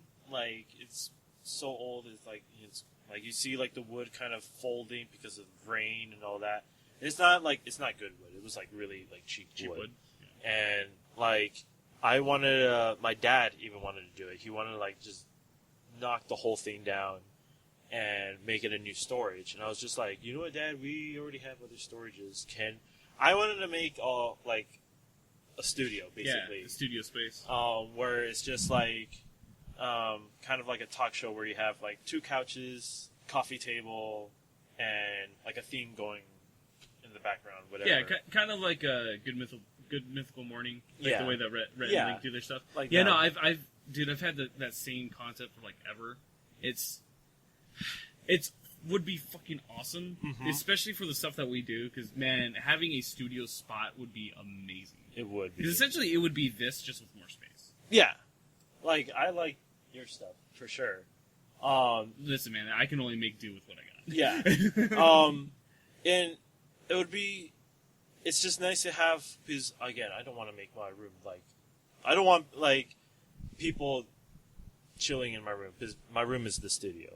Your room is the studio. Yeah, I'm like, trust me, I totally understand. Yeah. I want to have like just a room that doesn't have a bed in it. You want you want a workspace. Is what you want because that's what I want too. Like honestly, it was funny because when we were doing the shed in the back, my stepdad was like, "Yeah, you can just move in here now." I'm like, "That'd be awesome because man, I have like studio space and everything. I can like hang stuff up. Nice. I can soundproof this and everything." Sweet. Obviously, he was joking because we actually needed it for storage. Yeah. But it would have been really nice to actually have that. It would be. And that's something that, like, hopefully we can start investing in the future. Yeah. Is for, like, even, honestly, like, even renting, like, a studio apartment. Can I interject for something really quick? What's up? It's actually called Gex, not Gak. Oh, I was excited. It was Gex. Gex. Yeah, Gex. Okay, yeah. You're right. Thank you, Google. Nice. But yeah, like I think it'd be pretty cool, to get a really cheap studio apartment. Yeah. And then like have that be like the recording studio. Yeah, that would be cool. Like again, like that's one of my like to-do list after. I hate saying it after graduation, because I know graduation is going to take me 2 more years. Yeah. And like again, like to me, I'm really impatient for something that cool. You know, like I want it. You want it now. Yeah, dude. I'm in the same boat, man. Like I want to be able to work on my projects. I want to be able to do stuff, which is it's one of the big advantages I have now about moving back here. Is now I have more people that want to work on projects and like are able to. Like a lot of my friends in LA wanted to, but because we were so spread out, like we're like 45-minute drives from each other. Oh, Like it's just wow. it's just not convenient. Whereas like being back in Tucson, it's like 25 minutes at most. Yeah. Yeah. So it's nice to be able to like this, just have you come in and kind of talk about the stuff that you do. Yeah. And I'm gonna have my brother Jonathan come in maybe next week, maybe the week after, whenever he's not crazy busy, to essentially do the same thing. Just kind of talk about what you guys do, because I think it's just a lot of fun to kind of branch out and just talk to other people who like don't know the community or the community doesn't know them and stuff like that. Yeah. And speaking of Jonathan, I still need to accept his. I'm not sure. I need to get his. I'm not sure if we're friends on Xbox yet. Like, I got his friend request, but I don't know how to accept it now. Like, it doesn't give me the option. I think it does it automatically. Nah, I'm in the same boat because I have. So, my buddy Tom sent me a friend request. And he said he added me, Yeah. but I don't have him. Mm-hmm. So I don't know how that works. Like, I don't know. There's I don't know. something. The Xbox is weird right now. Yeah, that's one thing I am gonna say about Xbox. I love you, Xbox. But please Fix your shit. fix the friend request shit. Because I can't find my friends. They can find me, but I can't find them. Yeah, it's all out of whack. But no, that's cool. Jonathan would be really interesting to have on your podcast. Yeah, Because he does a lot of interesting things. for yeah, sure. and that was one of the things moving back home that I kind of wanted to focus on a little bit more is the kind of branch out with the local stuff in Tucson. Like, just talk to more people who are doing certain things. Like, we're working with a guy named Jesse who, he's a musician, and his stuff is actually really good that he's been doing. A few years ago, he played with Suicide Silence. Ooh. And he did a lot of touring and stuff, so I would like to get him in and just, like, talk to him for, like, I don't know, like 20 minutes or something about, like, the stuff that he's done, just his opinions on a lot of things, talk about his album and all that stuff, because, like, he's a local artist. Yeah. So I want to do more stuff like that, just, like, bring in local people, talk stuff, it's kind of the idea of the podcast anyways, just talk about entertainment, talk about, what's available to people, Yeah. and stuff like that, so. Sweet. Speaking of which, on one of your projects, I know this is tangent, the video that you wanted to make in the as a campfire. Yeah, it's still going. Because everyone's so crazy busy this month, we're probably not gonna be able to do it this month, especially now that it's coming up towards the end of it. Yeah. But I'm trying really hard to push it. That way we can finish it by the middle of the month. Yeah. Because I already have the majority of the stuff done. It's Nice. just trying to get those specific scenes down Uh-huh. that we need. That way I can just edit it and export it, because that's going to be the very first video that's going to be on our site. Nice. It's just, again, trying to get the amount of people that we need. Because I was telling you, like, the way that it's going to be over there, like, the idea and the amount of people that we need. Yeah. So it's just trying to schedule everyone for that time period, especially because they're not getting paid. Like, none of us are getting paid. Oh, yeah. So it's trying to convince that many people to do something without payment is pretty difficult. It's, to me, that sucks. Because when you told me about it, it was like, I didn't even think of the payment. I was just like, yeah, like, this is going to be a fun project to do. I just thought, like, again, I just like stuff like that. Yeah. Because when a friend asks me for help, I'm not expecting for payment, if anything. Like, they're your pals. Well, I mean, like I told you, I'm like, we'll pay you in food. Yeah. Oh, yeah. Like, food, go ahead. Yeah. He did pay me pretty well with food that time. We had to make up for the fact that we couldn't shoot anything that night. So it's Yeah. like, well, you guys are here. Let's at least make the best of it. Yeah. I had a lot of fun that night. That's for sure. Yeah, people got fucked up. It was a good time. Good times were had. But yeah, no, I'm trying my best to try to schedule everything up. It's just, again, trying to schedule everyone for a specific time is very difficult. But yeah, and if anything, we'll come back to the concept and try to just change it up a little bit. Because, I mean, I've already had to change a couple of things that I wanted to shoot anyway. Yeah. So the overall concept itself has gone through like 4 different iterations. But, yeah, just just keep an eye out for that video. It will come out eventually. Yeah. That's my water. One thing, I'm not sure if you've gone and watched it yet. Black Panther. I have not watched it yet. Okay. Here's my reason why. It has nothing to do with the context of the movie. I'm just tired of Marvel movies. Okay. I still haven't seen Thor Ragnarok. Yeah. Oh, okay. Even though I know everyone's saying it's a fantastic movie, it's funny, and it's fun to go watch. Yeah. I'm done. It's been 10 years Yeah. since they started. I was super hyped up for Civil War. I got burnt on Civil War. Uh-huh. I can't. I'm done. It's just another movie to me. And listen, I understand the importance. Don't get me wrong. I understand how important this movie is for people. Go watch it. Have fun. For me personally, I just can't watch another Marvel movie. Yeah. I'm over it. I'm done. I'm on the same boat. The last Marvel movie I watched, what was it? The last Marvel? Civil War, I think it was the last movie I watched. I haven't watched Logan. I haven't watched Guardians 2. And I haven't watched Doctor Strange. I want to watch those movies. I really do. I want to catch up with other people. But there's just so much entertainment out there now. I will say, Logan is a fantastic film. Yeah. I will say a film because it goes in a darker area, and that's because at the time it was owned by Fox. Yeah. Like Marvel and Marvel Studios were two different things at the time, which is why I was okay watching Logan. But just like the MCU stuff, I'm just done. Yeah, as it should be a dark. Movie. It had to be. It had to be. Yeah, like I read the comic books of it, which is completely different from what the movie is. I think. Well, it touched on the main points. Yeah. Like it got the important parts of the story right. Mm-hmm. It took a lot of liberties in certain areas, but overall it was pretty good. Yeah. It would have been fucking insane if it was like comic book because there's so many. Well, see, and that was my problem with fucking Civil War. Like, and I should have known better with Civil War. Like, because for me, I was like, oh man, are they really gonna do like the entire like Civil War stuff, where they're gonna bring in more characters? Because this is at the time where they were saying like they're gonna have so many more people in Infinity War. Yeah. So I was like, oh shit, they're gonna introduce way more characters in this one. Yeah. And then the Civil War was just literally about the characters that we already know, and I'm like, the fuck? Yeah.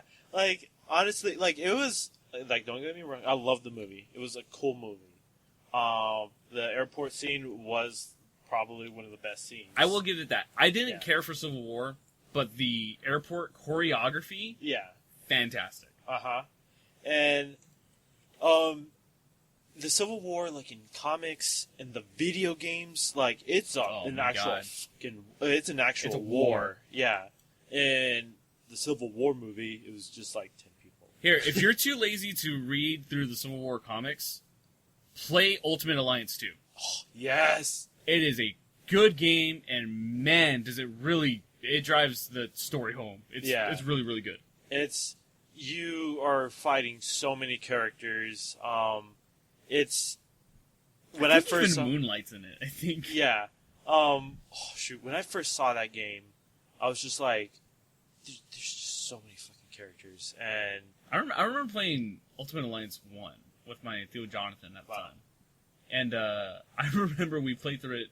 We had to play through it multiple times because we wanted to get the secret Iron Man suit. All right. Like, because like you had to do specific things, and like you got pieces of Iron Man's suit to the point where he's a playable character. Oh. And I remember that was like a huge thing.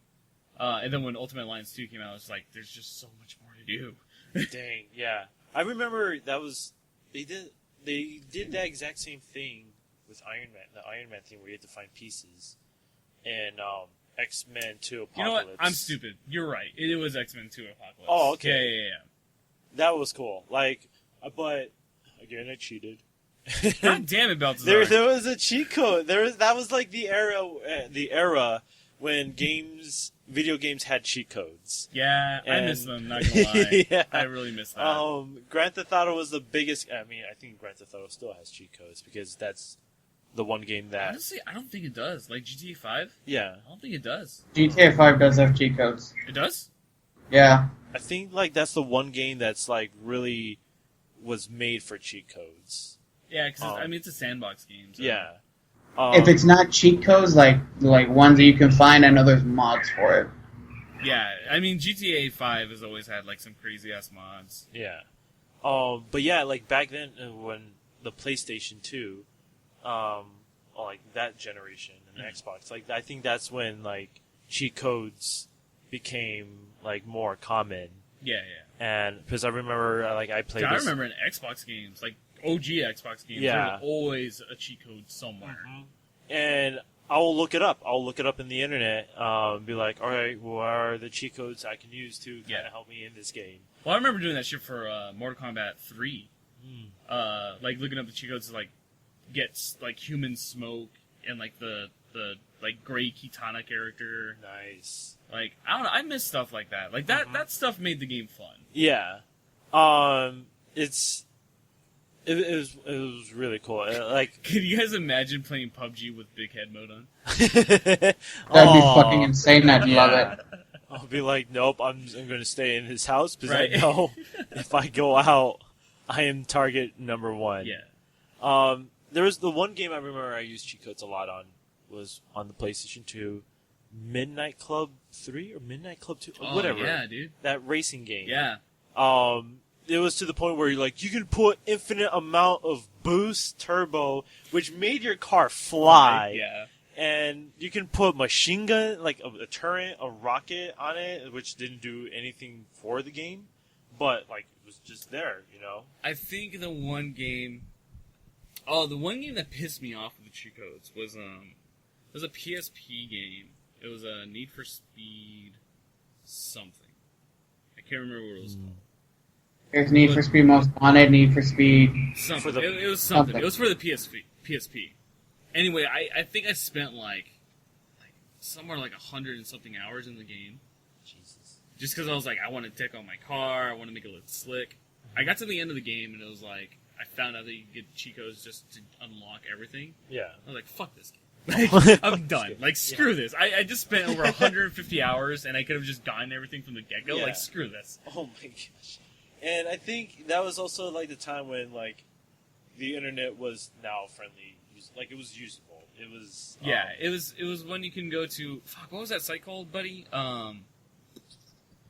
GameFAQs. When GameFAQs was huge. yeah. Like, man, I miss going on to those forums for GameFAQs where it's like everyone's trying to figure stuff out and Yeah. good times. That was, I blame that. That was the number one reason why I could not finish Majora's Mask on 64. You never finished I Majora's have not, Mask? and I'm gonna. Yeah, I'm gonna tell you this. I will not rest in peace until I finish that game. Dude, it's so good.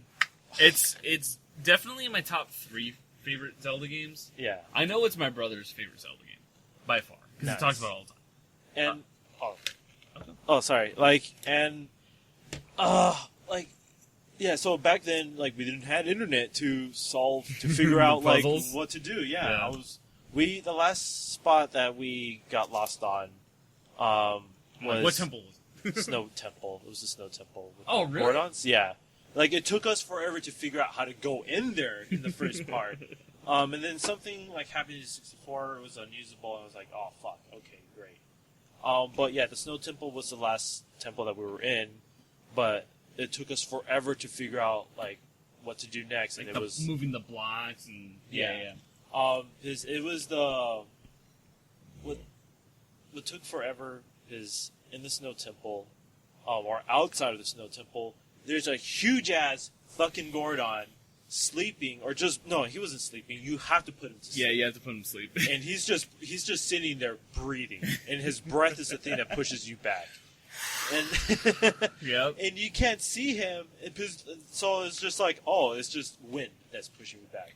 No, And I honestly, I think that's the reason why those games were so freaking good at the time. Because so many games hold your hand for everything now. Yeah. Like, I sound like an old person bitching about shit. But, like, with the Zelda games, like, you didn't have hints or anything. Like, you didn't have a button where you can be like, where the hell am I supposed to go? Yeah. It was like, this character said this obscure thing, and you have to go into this opposite direction. Yeah. And, yeah, like, for example, Zelda, or like, so again, Zelda's a perfect example. Again, in Majora's Mask, there's this huge-ass boulder, and there's this guy who's just hitting it with the pickaxe, I think. And it's taking him forever, and of course, he's not going to finish that before the moon hits Earth. Yeah, hits Earth.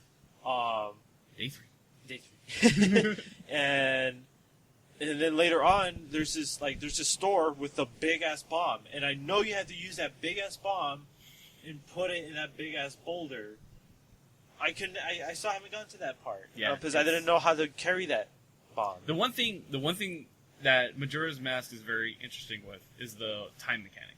Yeah. Is like having to reset the days, and because you're time traveling back and forth. That's one of the reasons why I like that game so much, is for that mechanic in its entirety. But yeah, no, it's like even in Ocarina of Time, there's this giant step-by-step thing in order to get the giant's big knife, which is a two-handed sword, which does the most damage. And it's like you have to capture a cuckoo, which is a chicken in Zelda speak, and then you have to you have to take the cuckoo, then you have to sell it to someone, then you have to get milk, and then you have to take the milk to some other chick, and then you have to dye the cuckoo a different color to make it blue, to go to like this guard that will then give you like an invitation somewhere, which will then the invitation will take you to somewhere else, which then you have to go all the way up to Mount Doom in order to talk to the giant Goron to then give him some random obscure thing. Jesus, how do you remember all that? Because I fucking love that game. That's why. But yeah, it's like you have to do like these crazy things which have no context. Yeah. In order to get like an item like that. Oh my gosh. Yeah. I think the last Zelda game I actually played was on the Game Boy Color. Oh, yeah. Jesus Christ. It was like the little square case. Oh, was it like Oracle of Seasons or? Like... Yeah, it was the Seasons one. There was so much trading in that game too, and I don't know what was the last item I had, and I did not know who needed it. Again, that was the one game that also I could not finish because again, Balthazar doesn't finish games, guys. Shut up! I can't finish a Zelda game. But again, what Zelda game have you finished, if any? Oracle of Seasons. Nice. Oh, okay. Fuck you, dude. What's Sorry. What's the other one? It's Oracle of Seasons and something of... What's the blue one? Because there's a red one and a blue one. Mine was... Okay, the red one was Oracle of Ages. Blue one had to do with time? Oh, wait, Oracle... Is it Oracle of Ages or Oracle of Seasons? It's Oracle of Seasons. Oracle of Seasons is something of Ages, right? Yeah. Something like that. I don't... It's been so long. Yeah, I don't know. But it's cool. It's cool because if you have both of those games... if you finish one and you go to the next one, it'll transfer over your save. Ooh, nice. Yeah, I think it's like the only two-part game in the series. Actually, the one Zelda game I did finish, and I think it was the coolest Zelda game ever, was Four Swords. That was a fun game. Yeah, that was really fun, especially with friends? With multiplayer. Yeah. I'm so happy that they finally did it for the DS. That way you don't have to have the fucking cable for shit. I thought that was cool. I mean, it was... I'm not going to say it was cool because it wasn't. It's just... It was so obnoxious going like, hey guys, let's go all connect our fucking Game Boys together. And it's like all fucking four wires, like all jumbled up. Yeah. You guys are all like this right next to each other. Like, that was the game where you had to use your... Like, at the time it was called Game Boy Advance SP. An SP for short. SP. And I really liked the SP. Yeah, actually, it's a really nice, like, just basic game. Yeah, just flip it open, have a little cartridge on it. It was one of the first to be chargeable too. It was the first to have LEDs in it. Yeah. Oh, that's right. That was a big deal. Oh my gosh. It also had a fucking button for it too. Yeah, there is a. I remember like, oh my god, Game Boy, just Game Boy Color itself, and up to the Game Boy Advance, you had to buy this like little extension? light. Yeah, this little light that is basically a lamp. The best part about having those things was when we were obviously super young, but it's like, every kid has a bedtime. It's like, all right, we're going to bed, and then like you would be under your covers with the fucking LED light like playing, and then like you would hear your parents come in, and then like you would try to like hug your like Game Boy to try to hide the light, and it would just be like, go to bed, and you're like, I'm asleep. And then there's like a fucking light coming out of the blanket. And oh my gosh! And then even like, especially when it came to like Pokemon back then, in order to trade Pokemon, which again I think that was advanced at the time, absolutely. Yeah, you were able to trade Pokemons back then. I know like today it's like we can do that easily. Duh. Yeah, but back then like it was. Here's the thing. Back then, you had to have friends. Yeah. you had to physically go out and hang out with people, and like you had to have that one rich kid who had every extension for the Game Boy. Yeah. Like the kid who had like the Game Shark to unlock everything, the kid who had like the extension to play with others. That was the only way that you can actually trade shit. Yeah. So you need a physical cable, not wireless, physical cable to trade Pokemons. And I thought that was the coolest shit ever. And then I also used that same cable to play 2 players on Super Mario Brothers on the like. Oh yeah. Yeah. That game. I know what you're talking about. Mm-hmm. Yeah. Where you have to last as long as you can killing stuff or living. I'm not sure what was living. Yeah. I think it's like essentially just like an endless runner. Yeah, and so like one would be Mario, one would be Luigi, and I thought that was cool. And I would play that game with my friend in the bus, which was a really bad idea. I mean, it would be a good idea when you're sitting next to him in the same chair. Yeah, but when you're, like, not. Yeah, when it's, like, across the aisle, like, yeah, that's a bad idea. Fucking nerds. Like, look at those. Oh, my God. Get a life. I'm like, sorry. Good times, though. Good times. What a way that we've advanced in video games. Like, now we can play... The only bad thing about like the advance and stuff is, man, there's like no couch side gaming anymore. That's right. Oh my god, I miss that so far much. The only game recently that I can think of that has that is Overcooked. Yeah, and Overcooked that game is fun as hell. Yeah, that's a really fucking game. That's probably one game I do prefer, like not playing online with other people, like couch play. Unfortunately, you can't. Like you can't. It's only local. As they should. Right. Absolutely. And I think I miss that. Like, I miss that so much where you can sit with a buddy. House, and just play. Mm-hmm. Like, you can't even do that with Halo 5 because they hate us. I was I was trying to figure that out so long. I was just like, why can I not play with my buddy? And I'm curious about that because the whole, like, a huge aspect of Halo is having that multiplayer experience. Yeah. Like, playing through the game with someone. Yeah. So I'm curious as to what the decision was that they're like, nah, fuck it, no split screen. To me, I think it would just be like, maybe just the technology. Like, oh, we're putting so much into this game that we don't have room for local play. Okay. Well, I think this is my theory. Because I'm pretty sure Halo 5 is a 60 FPS game. Like, it's designed to run at 60 FPS. Ooh. Alright. So I think they decided 60 FPS is more important than running the game at 30 FPS for two players. People. Yeah. Which, to me, I don't give a shit. Give me 30 FPS so I can play with one of my friends. Yeah. I can deal with half the frames, for sure. And listen, if we could play games in, like, early 2000 where, like, the frame rate is absolute shit, come on. We could. Yeah, I'm like, we could suffer from 30. I think it was either today or yesterday, I just found out that 120 existed, frames per second. Yeah, for 4K, man. Yeah, I thought 4K was just 4K. I'm like, alright, cool. I didn't know it just made 120, like, FPS. I didn't know it doubled everything. Yeah, alright? Essentially. And I was just like, shit, okay, what? Like, can your brain even process? Well, I mean, it's not even about your brain, it's just the, I can't remember what they're called. Essentially, on a microscopic level, it's like the small RGB lights that are in screens. Okay. And essentially what it is like, it all depends on the frequency that these things flash.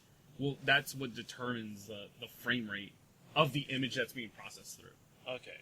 this got sciencey really fast. Yeah. But essentially, yeah, it's like these tiny, like in every screen, there's just these tiny RGB like sensors, like lights, and essentially it's like the signal is sent through that, and depending on whatever the image is, it'll flash a specific color. It's really, really cool. It has to do that 120. Or I don't know. Like I saw Per second. Yeah, I saw a video of them doing like they had like one of those ultra slow-mo cameras, and they were recording not an LED TV. They were recording like one of those like big box TVs. Oh, the fucking CRTVs? Yeah. Yeah. And they were recording it so like super slow. Like I don't know how many frames per second that camera had. But like it was the way how like so right now TVs, the way how they throw out the image is just like one big blast. Yeah. And it keeps doing that. Back then it had to go. There was like so many rows of like lights. Yeah, it so, had to go through that. So essentially, what it is, again, this got really sciencey. The way that CRTVs were designed is you essentially have so I'm just gonna try to scale it down.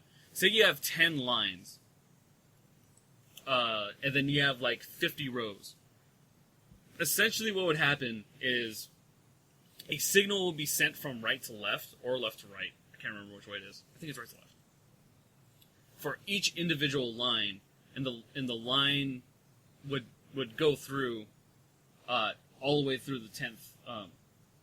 10 all the way rows. down, yeah, 10 times. But that would all happen in a second for a Yeah. single image. Mm-hmm. So it's just weird to see where technology's gone, where it's like, you have those lines, and that's the reason why if you look at a CRTV through a camera, you'll get like that weird fuzzy image, because you can vaguely see that there's like a line that's going forward. So I don't know.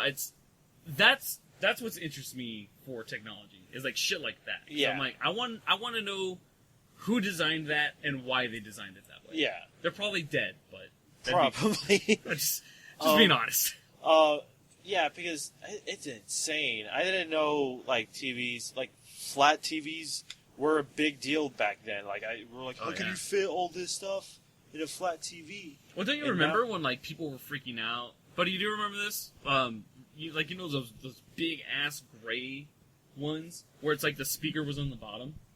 Yeah. Like people freaked out about those. They're like, "This is amazing!" And then like you would have the huge ass speakers, and then people would get pissed off because they would magnetize their TV. Yeah.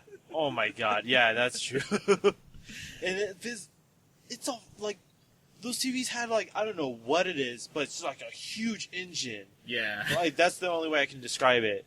And yeah, that was like the shit back then. And now like a 32 Yeah, like flat just these screens are just super thin. Yeah, it's and that's the norm. Yeah, it is the norm. Like the next big thing I saw it like on what's it called? Theory? No, not Theory. Game Theory. No, like no, fuck that. I hate that channel sometimes. I want to punch you in the fucking face. For me for hating it? Or? Yeah, no, Balfour for saying game theory. You okay. Fucker. Because that Okay. now I'm tangent to that. Game Theory kind of like changes a lot of like the stories. I'm like, no, don't ruin the storyline for me. Don't make these link together because they don't. They just don't. All right. Fuck, what was I talking before now? God damn it. Okay, open box therapy. That's what it's called. They had this TV that they were showing off. And it's so paper thin. Like it's thinner than it's thinner than a not pencil. that close. Yeah. Jesus Christ. Jesus. It's like thinner than a pencil. The whole TV. And like you can kind of bend it too much. Obviously it's going to break, but it's like super like pencil thin.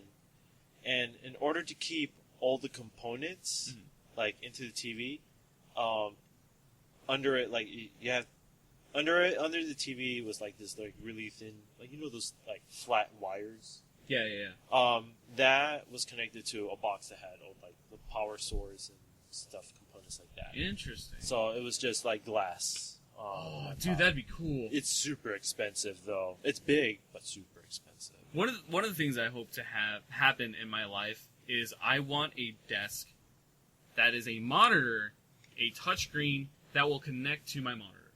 That would be sick. That way I can just be like, I could pull something down and I can like widen it, type it on there, and then just like throw it up. That would be amazing. Soon, my friend. Soon that will be invented. I give it another 25 years. Probably. There's going to be some lazy dude who's going to be like, I have an idea. Yeah. I might have an idea.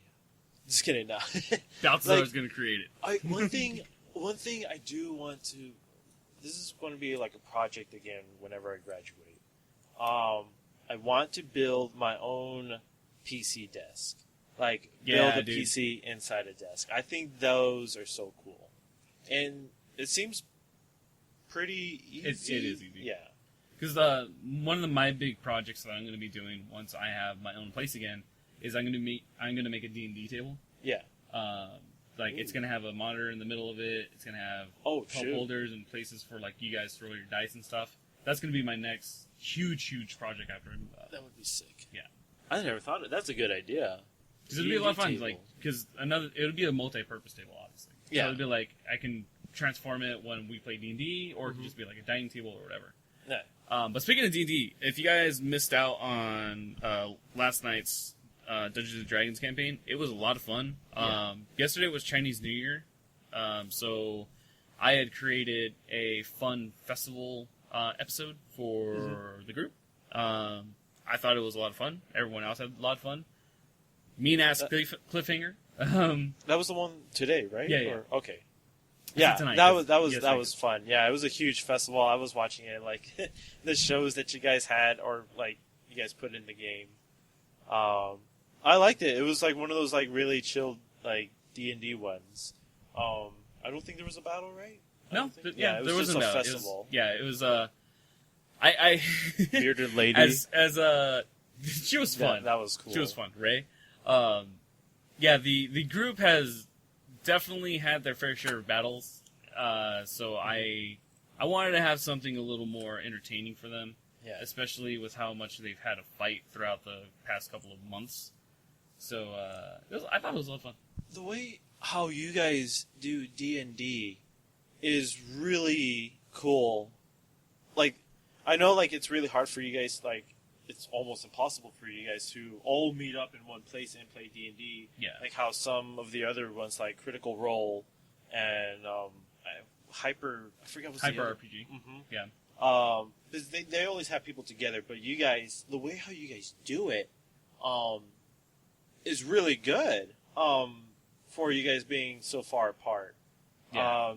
I was just like, what program are they using? Like, what? How? Like, who makes these? Like, how do you guys get that? Like the image of like. So we use Roll20.net, Right. which is it's essentially I'm just calling it a D&D simulator. Yeah. Because that's essentially what it is. They call it's a tabletop simulator, so you can play various things, but it's definitely made for Dungeons and Dragons. Yeah. So essentially, what it is just a program where you can all come in and play a game, and essentially it just gives you a blank slate. Yeah. It just gives you blank photo, like a blank just square a template, area. Yeah. And like all the stuff that's in our stuff, like I take assets from the game, like from the site itself. Like Yeah. they'll give you like free samples of things. So I just use those as like the backgrounds Nice. and the foregrounds and stuff like that. So it's very convenient for like terrain and I stuff. bet. Like that. Yeah, because physically building one, I mean, those are cool too. Yeah. But physically building one will take forever. Yeah. It's a huge investment. Yeah.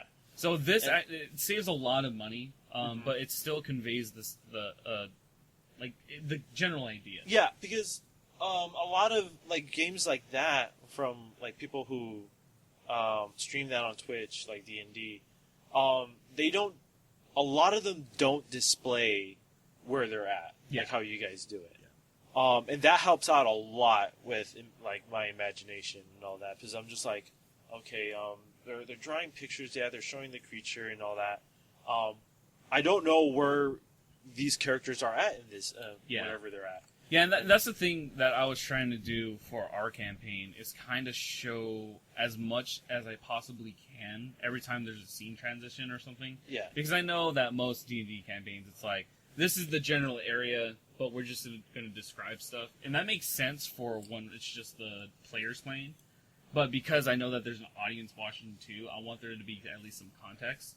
Unfortunately, because of the map that I was able to get, I couldn't really do that with this session, but I think it did well because of how we were going about it in this area. Like going forward, there's obviously going to be more transitions and stuff with people moving, but because like you said, it was a really relaxed episode. Yeah. I feel like it complemented the reason why we were doing it that way. Yeah. But yeah, it's a lot of work on my end. On top of like writing the story and preparing everything else, I have to make sure that visually it's appealing and stuff like that. Yeah. So I tend to overwork on a lot of our projects, and the D&D stuff is definitely one of those things. Bet. So it's the reason why we now go to the first and third Friday of every month rather than every week, because it was killing me doing it every week. Yeah. I bet, because I didn't know. I thought D&D was already like a made-up game. I'm like, all right, it's just like get some dice and an action figure and go play. I thought that's how, when I first heard of it, I thought that's how it was. Mm-hmm. But when I started like looking more into it and hearing from you, like you have to write a story. You have to make, you have to have someone coming up with the stories, and you have to do a lot of improv as well. I'm just like, yeah, it's a lot of work, and I will say, you don't have to create your own stories. Yeah. There's a lot of like pre-made campaigns that have like the general story. But you do have to have a dungeon master or game master to convey what's going on. Yeah. And that's the biggest thing is your Dungeons and Dragons experience will be made or broken depending on what kind of dungeon master you have. Yeah. So like for us, like, my biggest thing is I just want us to have fun and have a good story.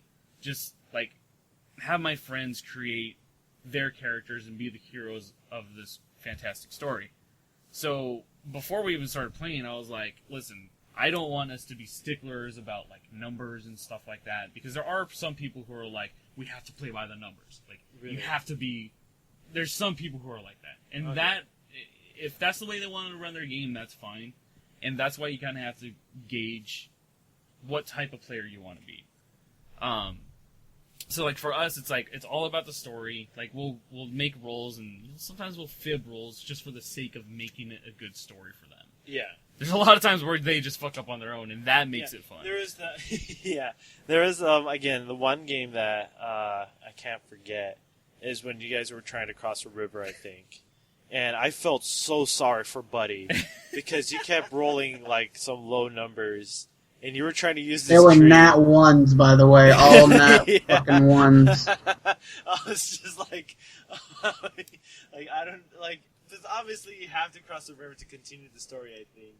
And it was just like, oh, you crashed into the tree. You were falling off the tree, and it was just like, dang. It was. Comedy of errors is what it was. And that's what makes it fun is like having those instances. And that's why it's such an interesting game because you're combining so many different aspects. Yeah. You know, you're forcing yourself to be social. You're forcing yourself to play as a different character. Mm-hmm. You have to try to think outside of the box to try to see, what you can achieve. Yeah. And even when you fail, sometimes you might have a bigger idea than what you might have had before. And I love playing Dungeons and Dragons as a player more than I like being a DM, but being a DM is interesting because of how many fucking characters I have to play. Yeah. Like, that is true. My campaign, the way that I wrote my campaign is based on a book series that I'm currently writing. So everything that's in our campaign is in my book. In some sort of fashion. It doesn't follow the actual story because obviously they make up the story. But like the characters that we use and pop up in the campaign are all based on my book.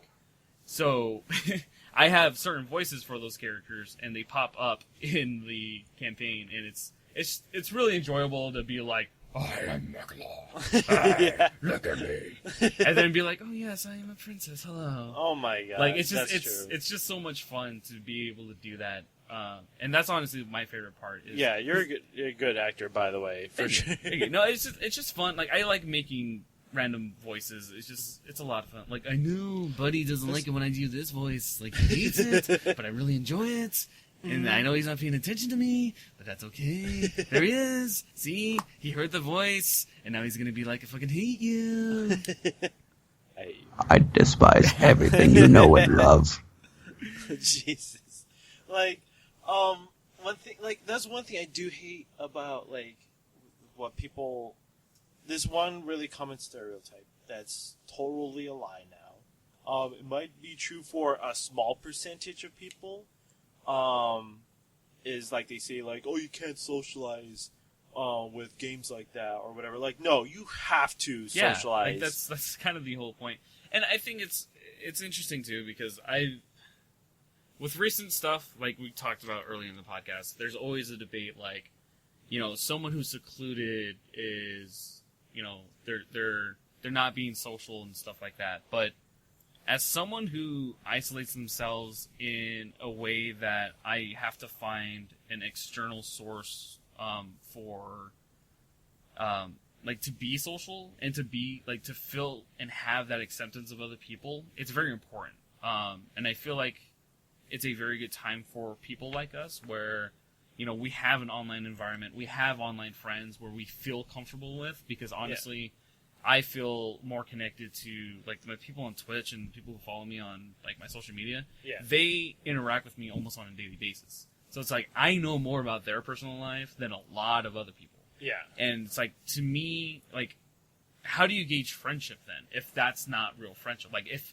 I'm talking to someone on a daily basis and I know about their personal life, it's like, isn't that alone friendship? Like why is there a stigma for me wanting to be online and spend time with someone? And that's the reason, like, that's the reason why me and Lauren are together. Like, our entire relationship, it has to be online because we don't physically see each other. But, like, I've been with her for over a year and a half, and it's like, this is the best relationship I've ever had. Yeah, congrats, by the way. Woo! We go. Yeah, that's for sure. And yeah, I agree. A lot of the stuff, there's a lot of people I would never have talked to because of, like, online video games, especially. And there's some really genuine people out there. Of course, you're going to have people who suck, but that's even in real life. That's in society, man. Yeah. Like, go to a bar. Yeah. Just go to a bar for a night and you'll see how many cheap people there are over there. And again, video games nowadays are growing so quick, and I honestly, again, people are going to be like, oh, you just suck at going out, or you don't have friends. I do like going out to bars, just bars. I'm not into the club thing anymore. Yeah. But I just feel so much comfortable at home just chatting with friends. Absolutely. Online.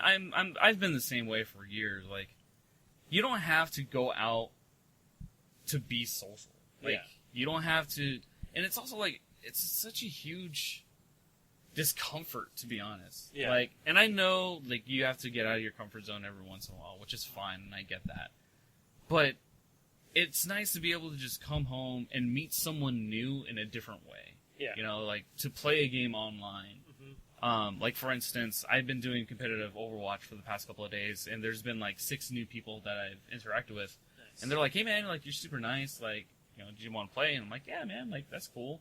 And that's the way that you meet people. It's just, like, being a genuine person and just being nice to each other. So, yeah, I don't know. It's... Oh, yeah. Sorry. And then, actually, again, I'm going to give it up for Halo. Halo actually, it helped me build a better bond with one of my other closest friends from my kindergarten, because co-op play on Halo 1 it was just you guys it forces you guys to have a specific goal. You guys are helping each other finish the mission. Yeah. And like you're going through grit, and you're like, fuck. You don't have that type. You're killing aliens together. Come on, like, how much of a bond do you need? Well, see, and that right there, like that statement alone is the reason why Dungeons and Dragons is so popular. Yeah. Because of that. It's you're having a group of people trying to achieve a certain goal together. Sure, they might not be doing it for the same specific reason, but you guys are still trying to get to a certain goal. Yeah. And that's the whole point. Is it's like it's the journey, not the destination. Yeah. Is what it is. And I don't know. I just and hopefully that's what I'm trying to convey with the stuff that we create. Is I want to be able to create that space for other people to come and just hang out with us and not feel like they're obligated to do stuff. Yeah. Which is why I do my stream the way I do. And it's like, if you want to come in, have fun. If you don't want to come in, you're not obligated to. Yeah. No, honestly, Twitch made me fall in love with video games again, for sure. Because, honestly, like, back then, when I wasn't, like, in Twitch, or I didn't even know nothing about it, I would just play video games.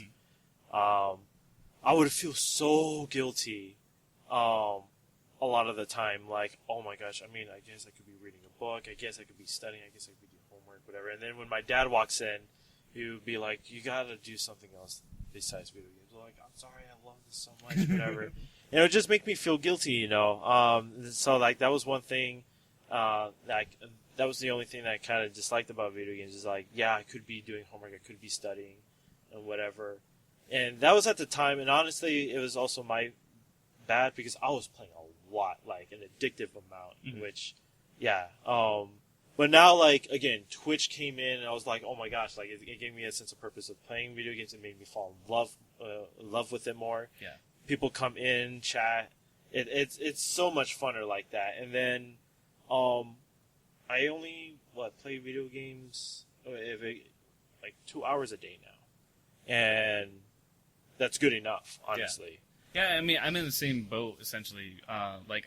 Because I'm just so busy with either writing or preparing stuff for, like, the next week, or, getting shit ready for all of our stuff. The only time I really play games is when I probably have, like, a day off. Yeah. From, like, everything, and I'm just gonna bum it and just play games all day. Yeah. And that's how I played Halo 5. Like, I powered through Halo 5 because I had nothing to do. But, like, other than that, it's like, I stream, and when I stream, that's when I play games. Yeah. Because it's like, one, I'm able to play something, but I'm also trying to make sure the community is good, and just, like, bring people back in, and just keep tabs with everybody, and it's just, I'm double downing on a lot of stuff, but still trying to play something. Yeah. And you know what? Actually, so, my older brother, he still lives with me at home, and he needs to move out. Like, I'm sorry, I'm gonna be super mean. Like, I love him because he's my brother, obviously. Right. I have to love him. But, fuck, he makes it really difficult, sometimes.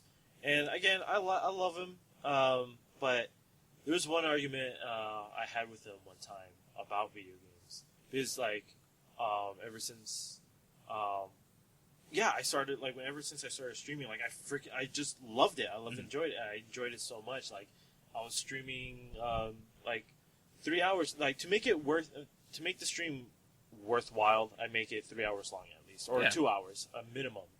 And I'm like, alright, cool. And then, I would do that, like, 2 or 3 times a week. Mainly now it's, like, 2 times.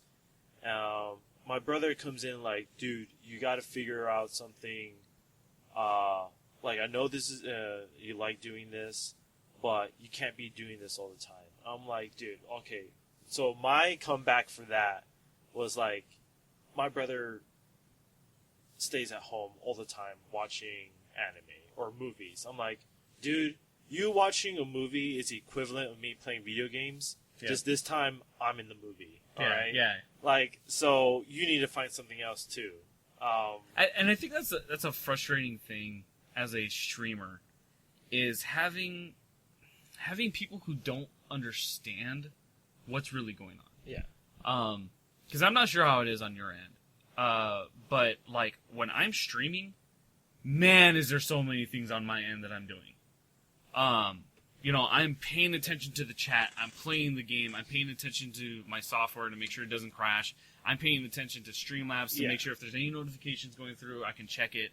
Like, there's so much stuff going on my screen all at the same time. Yeah. while trying to be entertaining. Yeah. It's like there's so much going on that a lot of people don't see behind the scenes, and Yeah. that's kind of the idea. Like you want to make sure that it looks easy. Yeah. Because if it looks easy, then you're doing your job right. Yeah. But for people who don't understand it and they just see the outside of it and they're just like, well, you're just sitting down, like, just playing video games. It's like, no, I'm really not. Like, if you ever try to sit in front of a camera and talk constantly, Yeah. it's a lot harder than it looks. Yeah. No, I'm on the same boat with you on that too. Because like, for those who are like watching streamers, pay close attention when they move their head. Mhm. They're not just facing forward at the TV playing. Like, there's other stuff going on for Yeah, sure. absolutely. Like again, like what you just said. There's chat going on. You're looking at your frame rates. Yep. You're seeing if your volumes and the mixer are correct and all that.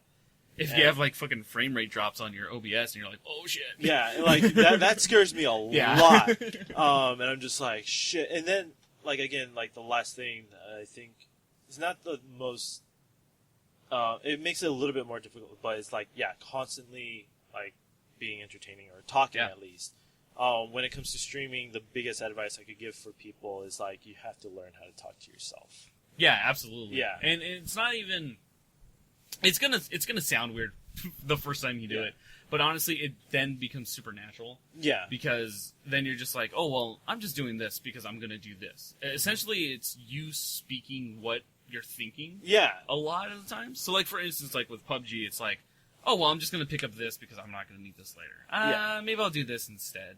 Maybe I won't. Yeah. And you get used to it being on camera. And then once you start getting people in your chat, it becomes way better. Oh, because then you can start bouncing off people and start asking questions, and then the chat gets so much fun. Honestly, that's also kind of... I had a hard time on my last stream, because there were some times where you and me, because we were playing last time, where we were like in an we were in a heavy firefight. Yeah. And I could not focus on the chat, and I'm like, I hope people are not thinking like I'm ignoring them. Yeah.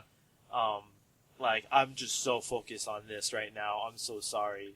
And thankfully for me, because I've been doing it for so long, I've gotten used to doing both. Yeah. Like, I've gotten used to knowing, like, even if I'm in a high, like, stress situation, I know, like, okay, I know for a fact no one's near me. Look at the screen.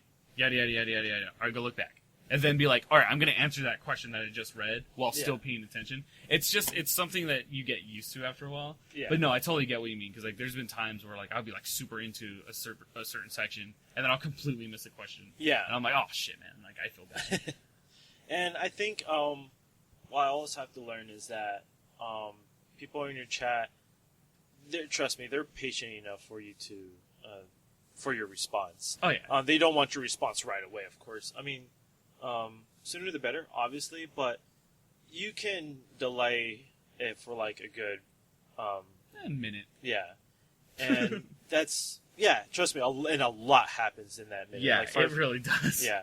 So you're good on that. And so you have to, I always have to keep in mind, like, viewers are patient enough to get your response back. Yeah. I mean, there's some streamers out there, and I totally understand that they don't respond back to the chat, and that's because there's so many people on the chat. Yeah, those are individuals that have reached a certain point where I don't want to say that it doesn't matter. It still does matter, but they've reached that point where their community is kind of running itself at that point. Yeah.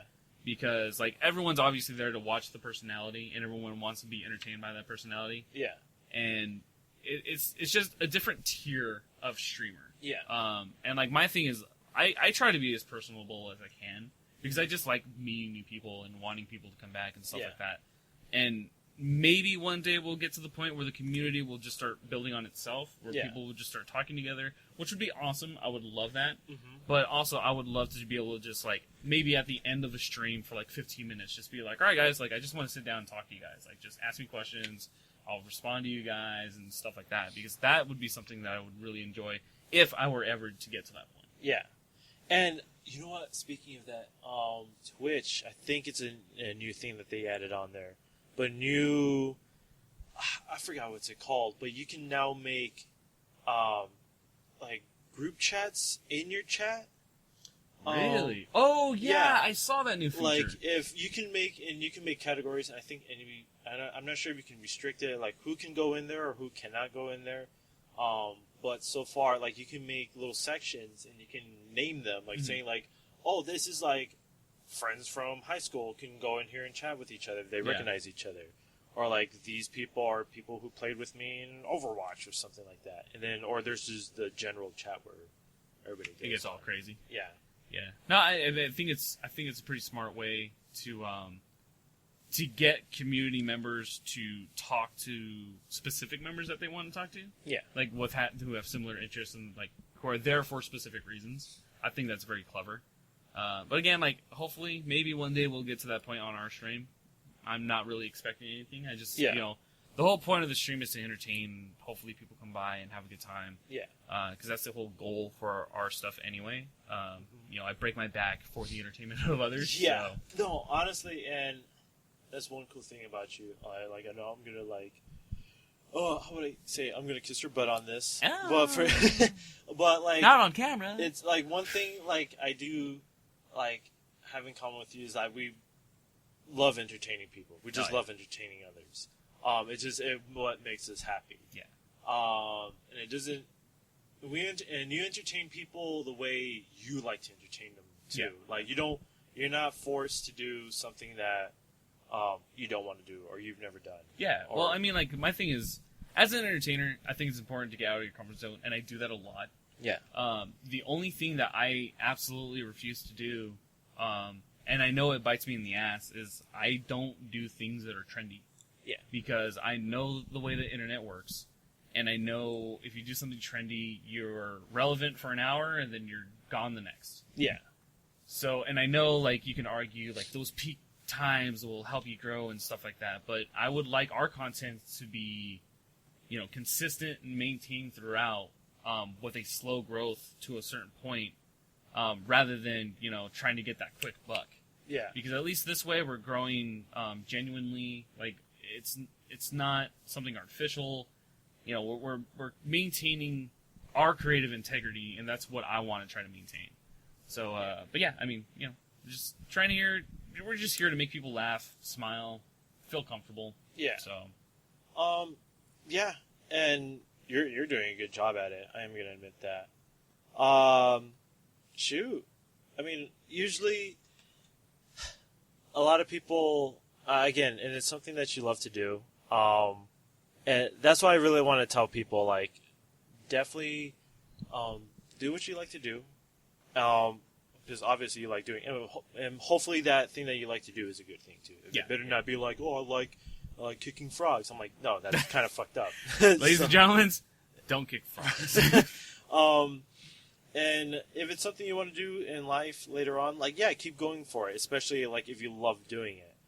Some people, like, I get criticism from others who are like, oh, are you earning money, or are you getting that quick buck? And I'm like... I hear that a lot. Yeah, and I'm like, no, dude, like, I'm not really... Like, the money, whatever, is a plus. I'm not getting anything right now, I'm going to admit that.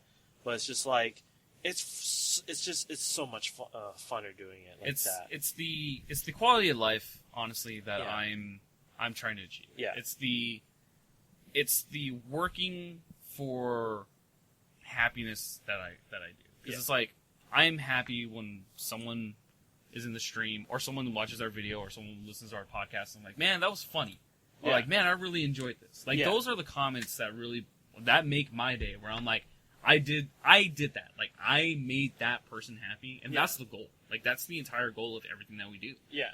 So, you know, it's just try to live a good life, you know? Yeah.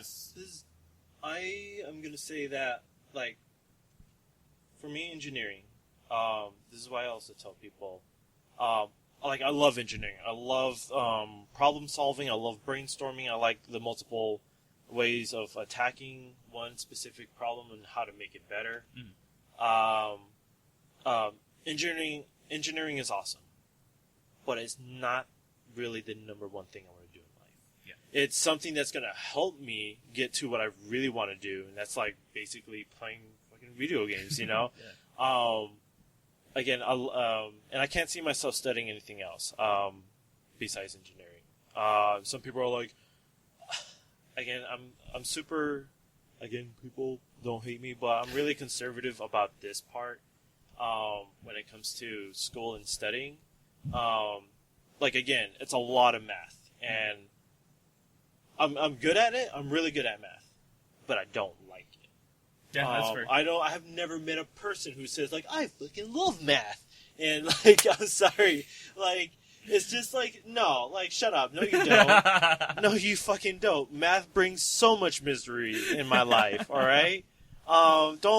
You're just saying that just so you can, like, show that you're fucking smart. Shut up. Like, go suck, your teacher's butthole. Whatever.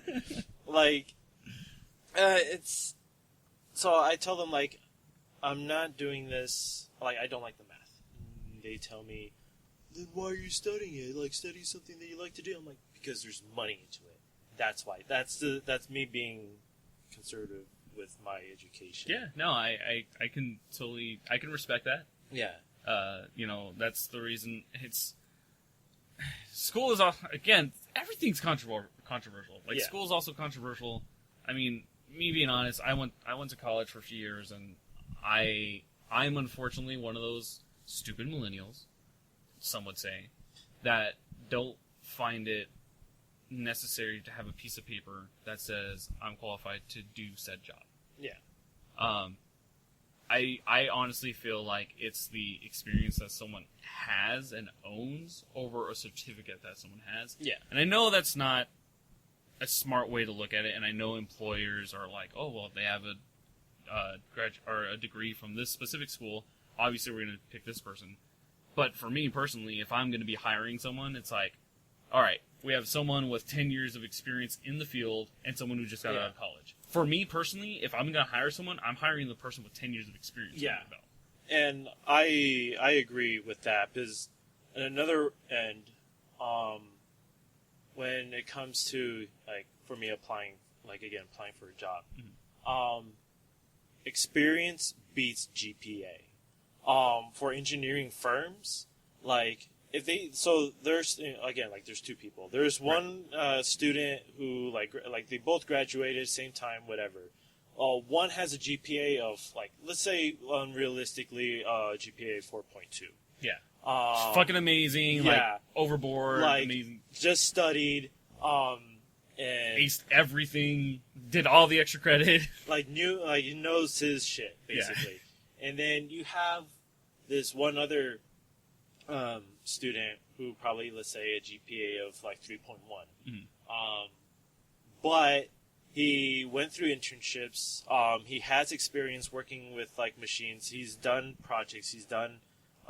He problem solved real situations. Honestly, that guy's going to get the job. Right. Exactly.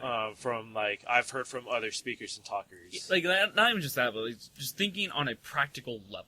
Like, that's the thing that I was worried about for me, because I was studying audio engineering, which is a big field for a lot of different things, like live performances and even studio stuff. It's a really solid job, but I felt it more important to have the experience under my belt. So if I am going to go for those jobs, I have the experience. Yeah. And honestly, I feel like in the long run, it's going to be good for me. Especially because I'm in the field of entertainment. Like, that's where my career lies. And entertainment is such a unknown area. Where, especially, like, I know so many people who have film degrees. Yeah. And within the industry, people just laugh at them. Yeah. They're like, really, you wasted money for a film degree? Like, that's what I hear a lot from people within the industry. Yeah. Again, same thing here. I have friends who are in theater and whatever, and I of course, they're my friends, so I've never said this in their faces because I want them to like me. I want to be liked, man. I want them to still be my friends because I like them. They're really cool, genuine people. But and I've heard, I've searched it up. there was this like source saying like top 10 best degrees and top 10 worst degrees, whatever. I'm sure liberal arts is somewhere down in the bottom. Yeah. Somewhere around there. Yeah. And then the very bottom, dude, was theater. And to me, and I completely understand that, because I don't think you need a degree or diploma for theater. Yeah. I think you just need a portfolio absolutely. And practice. Absolutely. As someone who has had multiple jobs within entertainment, your portfolio is the most important thing. Yeah. Just showcasing what you can do is far more important than wasting thousands of dollars for a degree that really won't do you any good within that field. Yeah. And that's again, I want to make that a huge point. My career is in entertainment. Yeah. Like, that's the reason why I made the decision to stop going to school, is because I acknowledge that within this field, it's not about the piece of paper you have. It's about, one, who you know. Yeah. And two, what you can bring to the table. Oh, exactly. For sure. Yeah. So, and like, if I was going to be a mechanical engineer or a doctor, that would be a completely different thing. Yeah. Because as a doctor, you want your doctor to know his shit. Yeah, of course. I'm not going to go to a doctor and be like, oh, you didn't go to medical school? Like, what the fuck are you putting in me? Yeah. That's not a syringe. Like, you want your doctor to be like naming your organs. You Yeah, don't want exactly. the doctor to be like, I'm going to put this squishy and that squishy. Right. You don't. Of course, you don't want to. What the fuck is the name from The Simpsons? You don't want to. What's his name? Is it Nick Riviera? Is that his name? I'm Dr. Nick Riviera, and I don't know shit. That weird fucking doctor. Yeah. Oh my gosh. Oh yeah. Okay, I remember that doctor. But yeah. Oh, sorry. Yeah, stuff like feels like that where it involves basically the STEM field: science, math, and science. Did I say that twice? Yeah, you did. Okay, science and math. That's all I know. So it feels like that. Yeah, of course you got to go to school for that, because that's where you're going to learn it. Absolutely. It's hard to learn it on your own. Yeah. Or wanting to learn it on your own. But again, when it comes to entertainment, that's the type of thing where you of course, you need to invest time on it like school and make a portfolio. Yeah, absolutely. But all right, we're coming up. I'm pretty sure we're over 2 hours, actually. Yeah. But did you want to plug anything since you're here? Just talk about any of your social media stuff, any of your Twitch stuff. So I guess I got again 2 things going on. Of course, the one thing is my Twitch. So yeah, I barely started twitching on October. It's still progressively growing. I play a lot of PUBG, Overwatch. I'm trying to play other smaller games on my solo wise. But yeah, come watch me on twitch.tv/saltybalty. The other thing that I have going on is fundraising for the YMCA, Triangle Y Ranch Camp. Oh, right on. Basically, it's just donations. We're not selling anything, but we're trying to raise money to make up scholarships for kids to come to camp during the summer. Awesome. So yeah, I have that on my Twitch channel. Everything that's being donated there is going for the YMCA. Yeah. Cool. All right, yeah, and if you guys, we'll make sure to put those links in the description for the podcast as well. That way they can just easy link it right over there. But buddy, you have any closing statements? Anything you want to say? I'm glad I got an Xbox. Yeah, boy! Yeah! We'll talk about that in next week's podcast about Buddy's hype after he downloads all his games. So thank you guys for listening to this special edition of the podcast with Salty Balty. Yeah. We'll be back next week for another podcast. Make sure to follow us on the site and on Apple Podcasts. And we'll see you guys next week for another one. Take care, guys. See ya.